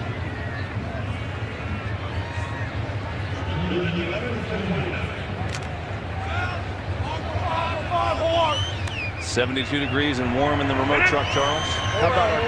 How about our great crew working the cameras out in this weather today and getting us the great shots? They are the hardest working folks. For us, no question. On the draw, it's Williams. And Williams just chewing up some more time as the Falcons are out of timeouts. Keith DeSantis getting the job done down in the end zone. Keith not looking cold at all, getting those fingers working. Oh, Mr. Detroit right there. Tats. That is the hand warming of all. Is that Steely in there? Is that Steely Dan? I can barely see him. Dan Steele, who apparently has some eyes under that hat somewhere. But getting you the great shots. Our guy Dobby, Grant Dobbins, who takes care of us in the booth. I mean, Dobby does everything. These are the guys who are working so hard for you today, keeping their fingers working in this 20-degree weather. Phenomenal. Well done, guys. And we appreciate you. Short kick by Scott, and so Atlanta will have it in good field position with 2:37 to go in this one from Lambeau.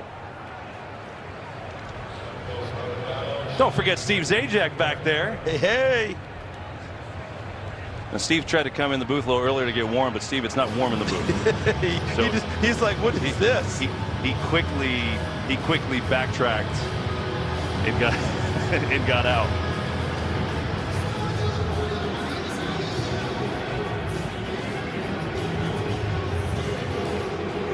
There is Jeff Peel, pride of Milwaukee. Oh, I'm told Madison, not Milwaukee. I got bad information. Let me tell you something. You get that wrong. Sorry, that's a big difference. No, don't get. Kevin Burkhardt said that, folks. You know how it is in TV, Charles. Sometimes you have to rely on the people who give you the information. Bad info. Oh, big hit. The ball looked like it came out at the end, but they declared the play over. Big hit at the end. That was Tony Brown, the rookie out of Alabama. Watch Sanu, makes the catch, goes to tuck it away, and Brown right there knocks the ball free. Yet they called that a catch. Here's Ryan over the middle, and Ito Smith has a catch close to a first down. They mark it as a first down. That'll take us down to the 2-minute warning from Green Bay, where it's been a Packers day. They are waving to the crowd because it's Green Bay 34, Atlanta 14. 34-14, the Packers in front of the Falcons. 2 minutes to go here from Lambeau Field. Arthur Blank, the owner of the Falcons, had a good night last night as Atlanta won the MLS Cup. Not a good day today. Flying up here to see his Falcons about to lose their 5th straight game. First down for Atlanta.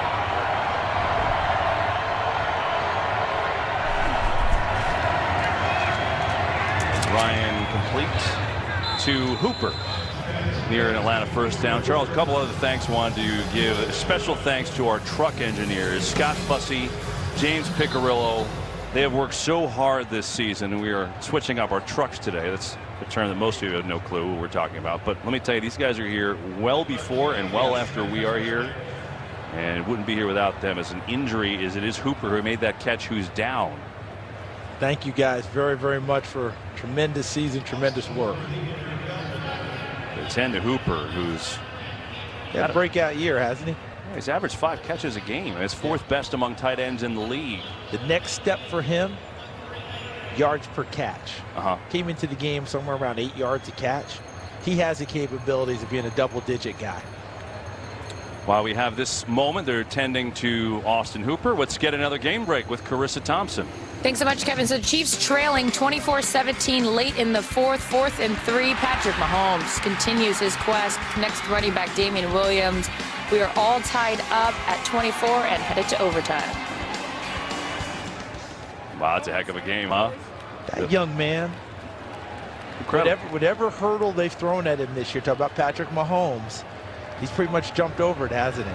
He needed to lead a drive late to try and tie the game, gets it done. We'll see what happens in overtime, but that kid, he's mature beyond his years on the field.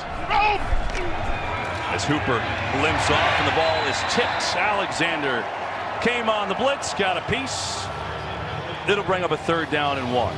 Keep an eye on that young man. He's going to develop into a heck of a player. Already having a fine rookie season. Plays with a great joy and spirit, doesn't he? And is not shy about contact, tackling in the running game. Look at him coming on the pressure. Gets his arms up and bats the ball away as Matt Ryan tries to complete one to Ito Smith. 3rd down and 1. Ryan standing in, is going to get over to Smith in the flat, looking to make a move, and he's not going to quite get there. Alexander with another nice play. Mike Pettin told us, think about besides this play, I think the thing that we didn't know, he's got leadership in him. So he's got in front of the room as a rookie corner. He's like, I don't know that I've seen that before. Yeah, you don't see that very often, but boy, he's exhibiting it. Falcons going to go, and Sanu on 4th down with a first down, and now it's just all elementary. Clock winding under a minute to go. Packers going to pick up a win with Joe Philbin as their interim head coach. And Atlanta is about to lose their 5th straight. Here's Ryan all day. Now he's just going to hurl it towards the end zone. Little jump ball, incomplete. He was looking for Sanu. Josh Jackson with the defensive knockdown. Sanu tried to give it a nice basketball box out, didn't he? How about the game we had yesterday, Seton Hall over Kentucky on FS1? How about that? See how he boxed him out, KB? And Josh Jackson wasn't having it. came over the top and contested it. I love how you actually boxed me out. I'd have a hard time getting a rebound over you, man. I got to drop some of those pounds that make me a good box out guy. Second down, Ryan throwing in and out of the hands of Jones. Julio's got 7 for 98, 2 touchdowns today. Couldn't hang on there with 37 seconds to go. The State Farm Game Break is next, and then, of course, Eagles and Cowboys monster game on Fox. And we may have bonus coverage of the Browns and Panthers. Panthers down 6. They've got the ball with a minute left. They're about to lose their 5th straight, and unless they pull off a last-minute comeback. Feel good for that man, Joe Philbin. So his friend Mike McCarthy get fired this week, interim coach, former head coach of the Dolphins, and he's about to get a win. Ryan throws complete. With Julio Jones, that'll put him over 100 on the day. Jeff Nelson, our spotter today. Mitch Smith, Bill Harmon, Nelly is our stat man. Coach Bill and Mitch are spotters, and that's to Hardy into the end zone for a touchdown. Justin Hardy has the touchdown catch for Atlanta. That's his first of the year. He ends up with Tony Brown, jumps up in press coverage, just goes right by him and gets to the inside, and Matt Ryan spots him and puts a perfect pass on him. And Hardy takes it into the end zone. It may be a cosmetic score, but it still means something to those guys to go out and execute and get it done the correct way. And Matt Bryant misses an extra point. Matt Bryant is one of the great kickers in the league. He had his first field goal miss of the year today, and he hit one extra point off the crossbar and in. That one is no good. It's been that kind of day for Atlanta. And now it is officially, looks like that game has come, and that is a final. So we'd like to welcome those of you who just watched the Browns beat the Panthers 26-20. Panthers have lost 5 in a row. Here in Green Bay, along with Pam Oliver, Charles Davis, I'm Kevin Burkhardt. Joe Philbin, the interim head coach after they fired Mike McCarthy. He used his 2 challenges the first minute and a half of the game. It was unbelievable. Fastest in NFL history, actually a minute forward technically. But you know what? It hasn't mattered. Even though the Falcons scored on the opening drive, Green Bay went nuts after that. They scored 34 unanswered. Aaron Rodgers has had a good day. Bashad Breeland has an interception return for a touchdown. Aaron Jones had a big second half. And all smiles for Rodgers and company. They had lost 5 of 6, but they played well today. Love what Pam Oliver told us about asking Joe Philbin about those 2 challenges, and he said, "Hey, I had them. I didn't want to keep them. I might as well use them." It's an onside kick that is not going to go 10 yards. Could have used a little Atlanta United magic there, but not quite. Could use a little oomph from the free kick. This also just final. The Colts with a huge win today, 24-21 in Houston. The Texans, Charles, had won 9 in a row. And the Colts, after their terrible start, are very much in the playoff race, and they host Dallas next week. Can't wait to be on the call for that one. Remember when you used to roll your eyes when coaches would say, you know, this is a week-to-week league? You know, when you talk to them, you go, okay, here we go again with that. How true has that been in the last few weeks? When you think you've got teams figured out and upsets happen, or someone plays a different, a better game than you expected, we're seeing that again this week in the NFL. You just can't figure it out. Green Bay will take a knee, and that's that. All happy at Lambeau with a 34-20 win for the Packers over the Falcons. Joe Philbin gets a win as the interim head coach here today. And hugs for 2 great quarterbacks with Rodgers and Ryan. And so the Packers find their offense today after a tough loss to Arizona here last week. Julio Jones, a big day in the loss. But it's Green Bay that is, they're technically still alive in this playoff push. They got to win out. They need some help, but it's been a good day result-wise for them. And That will do it for us. For Pam Oliver, Charles Davis, I'm Kevin Burkhardt. The Packers beat the Falcons today. Kurt Menefee and the guys will take it from here. From